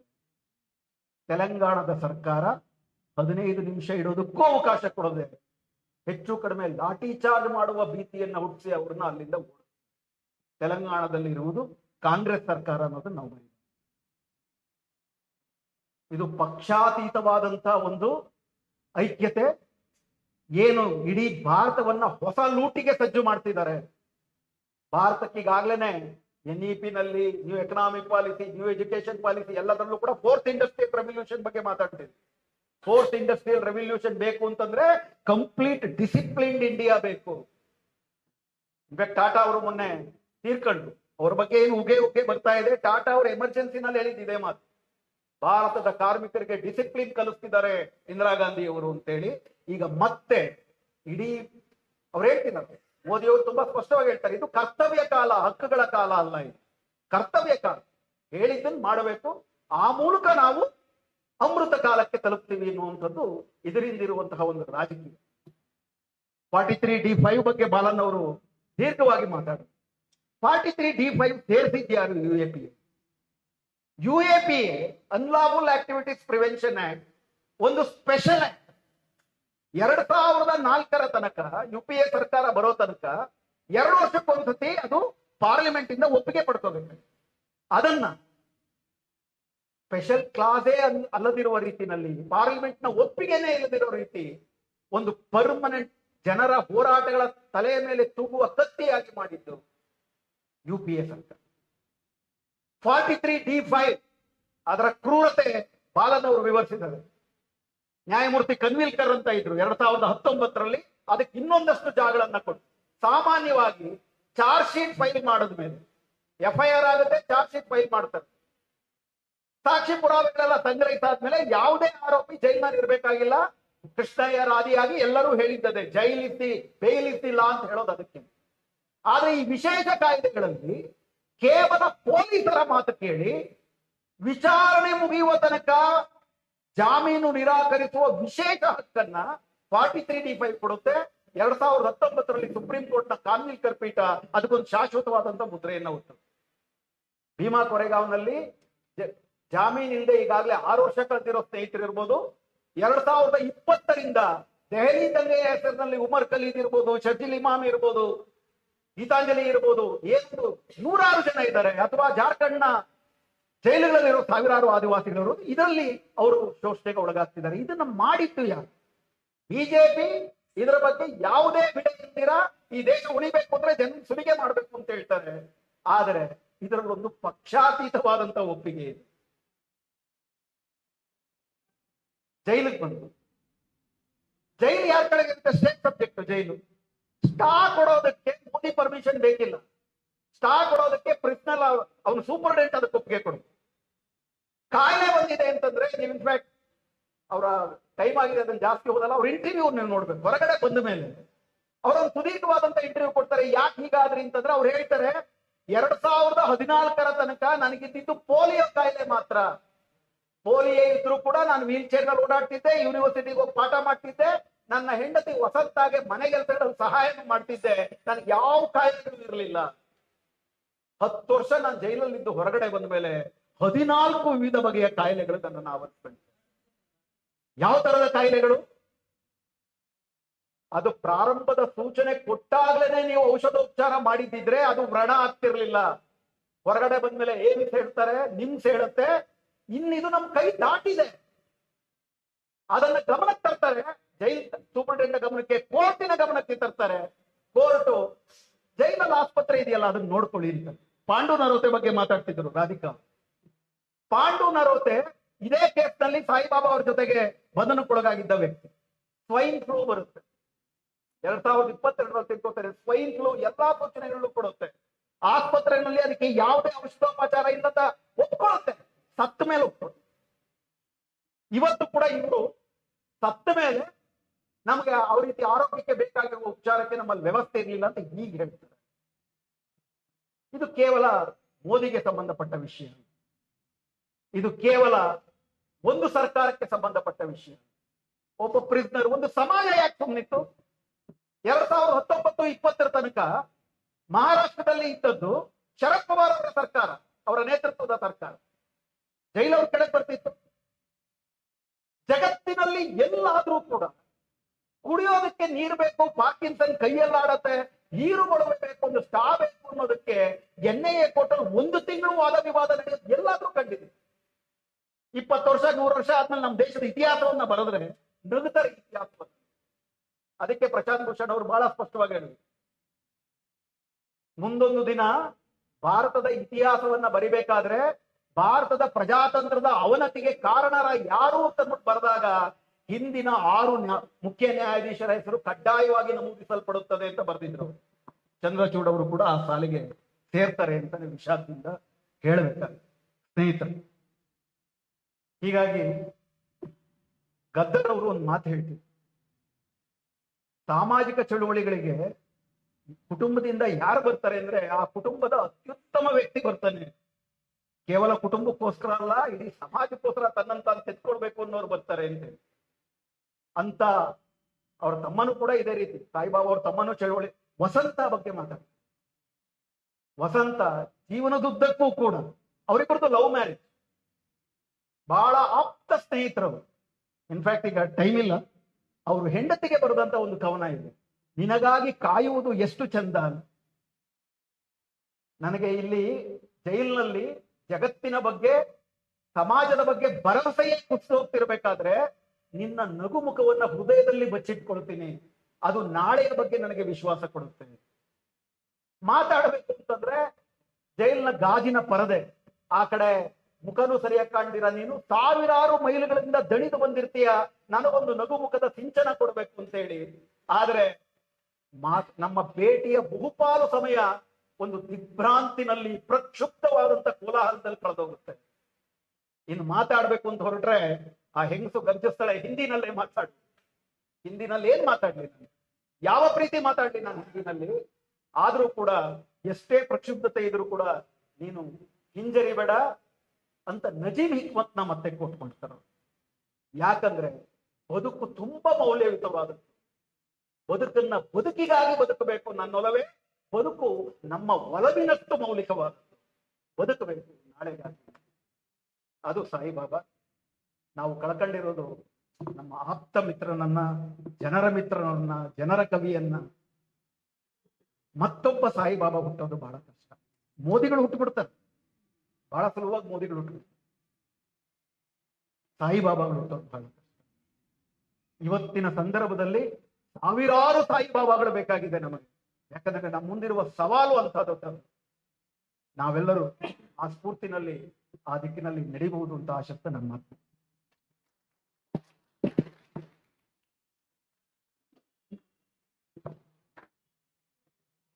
ಧನ್ಯವಾದ ಸರ್. ಈಗ ಕೊನೆಯಲ್ಲಿ ಅರವಿಂದ್ ನಾರಾಯಣ್ ಅವರು ಮಾತನಾಡೋದಕ್ಕೆ ಮುಂಚೆ ನಮ್ಮ ನಡುವೆ ಸರಸ್ವತಿ ಇದ್ದಾರೆ. ಅಲ್ಲ, ಅವರು ಇದರ ಅಧ್ಯಕ್ಷರು, ಅದಕ್ಕೋಸ್ಕರ ಮೊದಲು ನೀವು ಮಾತಾಡಿ. ವಾಸ್ತವದಲ್ಲಿ ಈ ಕಾರ್ಯಕ್ರಮಕ್ಕೆ ಅವರನ್ನು ಕರೆಯುವ ಯೋಚನೆ ಇತ್ತು, ಮತ್ತೆ ಅವರ ಹತ್ರ ಮಾತಾಡಿದ್ದೆ ಕೂಡ. ಅದರ ಇವತ್ತು ಮೈಸೂರಿನಲ್ಲಿ ಕಾರ್ಯಕ್ರಮ ಇದ್ದಿದ್ದರಿಂದ ತಡವಾಗಿ ಬಂದು ಇಲ್ಲಿ ಸೇರಿದ್ದಾರೆ. ಸಾಯಿಬಾಬಾ ಅವರು ಜೈಲಿನಿಂದ ಆಚೆ ಬಂದ ಮೇಲೆ ಸರಸ್ವತಿ ಅವರು ದೆಹಲಿಗೆ ಹೋಗಿ ಅಲ್ಲಿ ಅವರನ್ನು ಭೇಟಿ ಮಾಡಿ ಬಂದಿದ್ದಾರೆ. ಅವರು ತಮ್ಮ ಅನುಭವವನ್ನ ಸಂಕ್ಷಿಪ್ತವಾಗಿ ನಮ್ಮ ಜೊತೆಯಲ್ಲೇ ಹಂಚಿಕೊಡ್ತಾರೆ.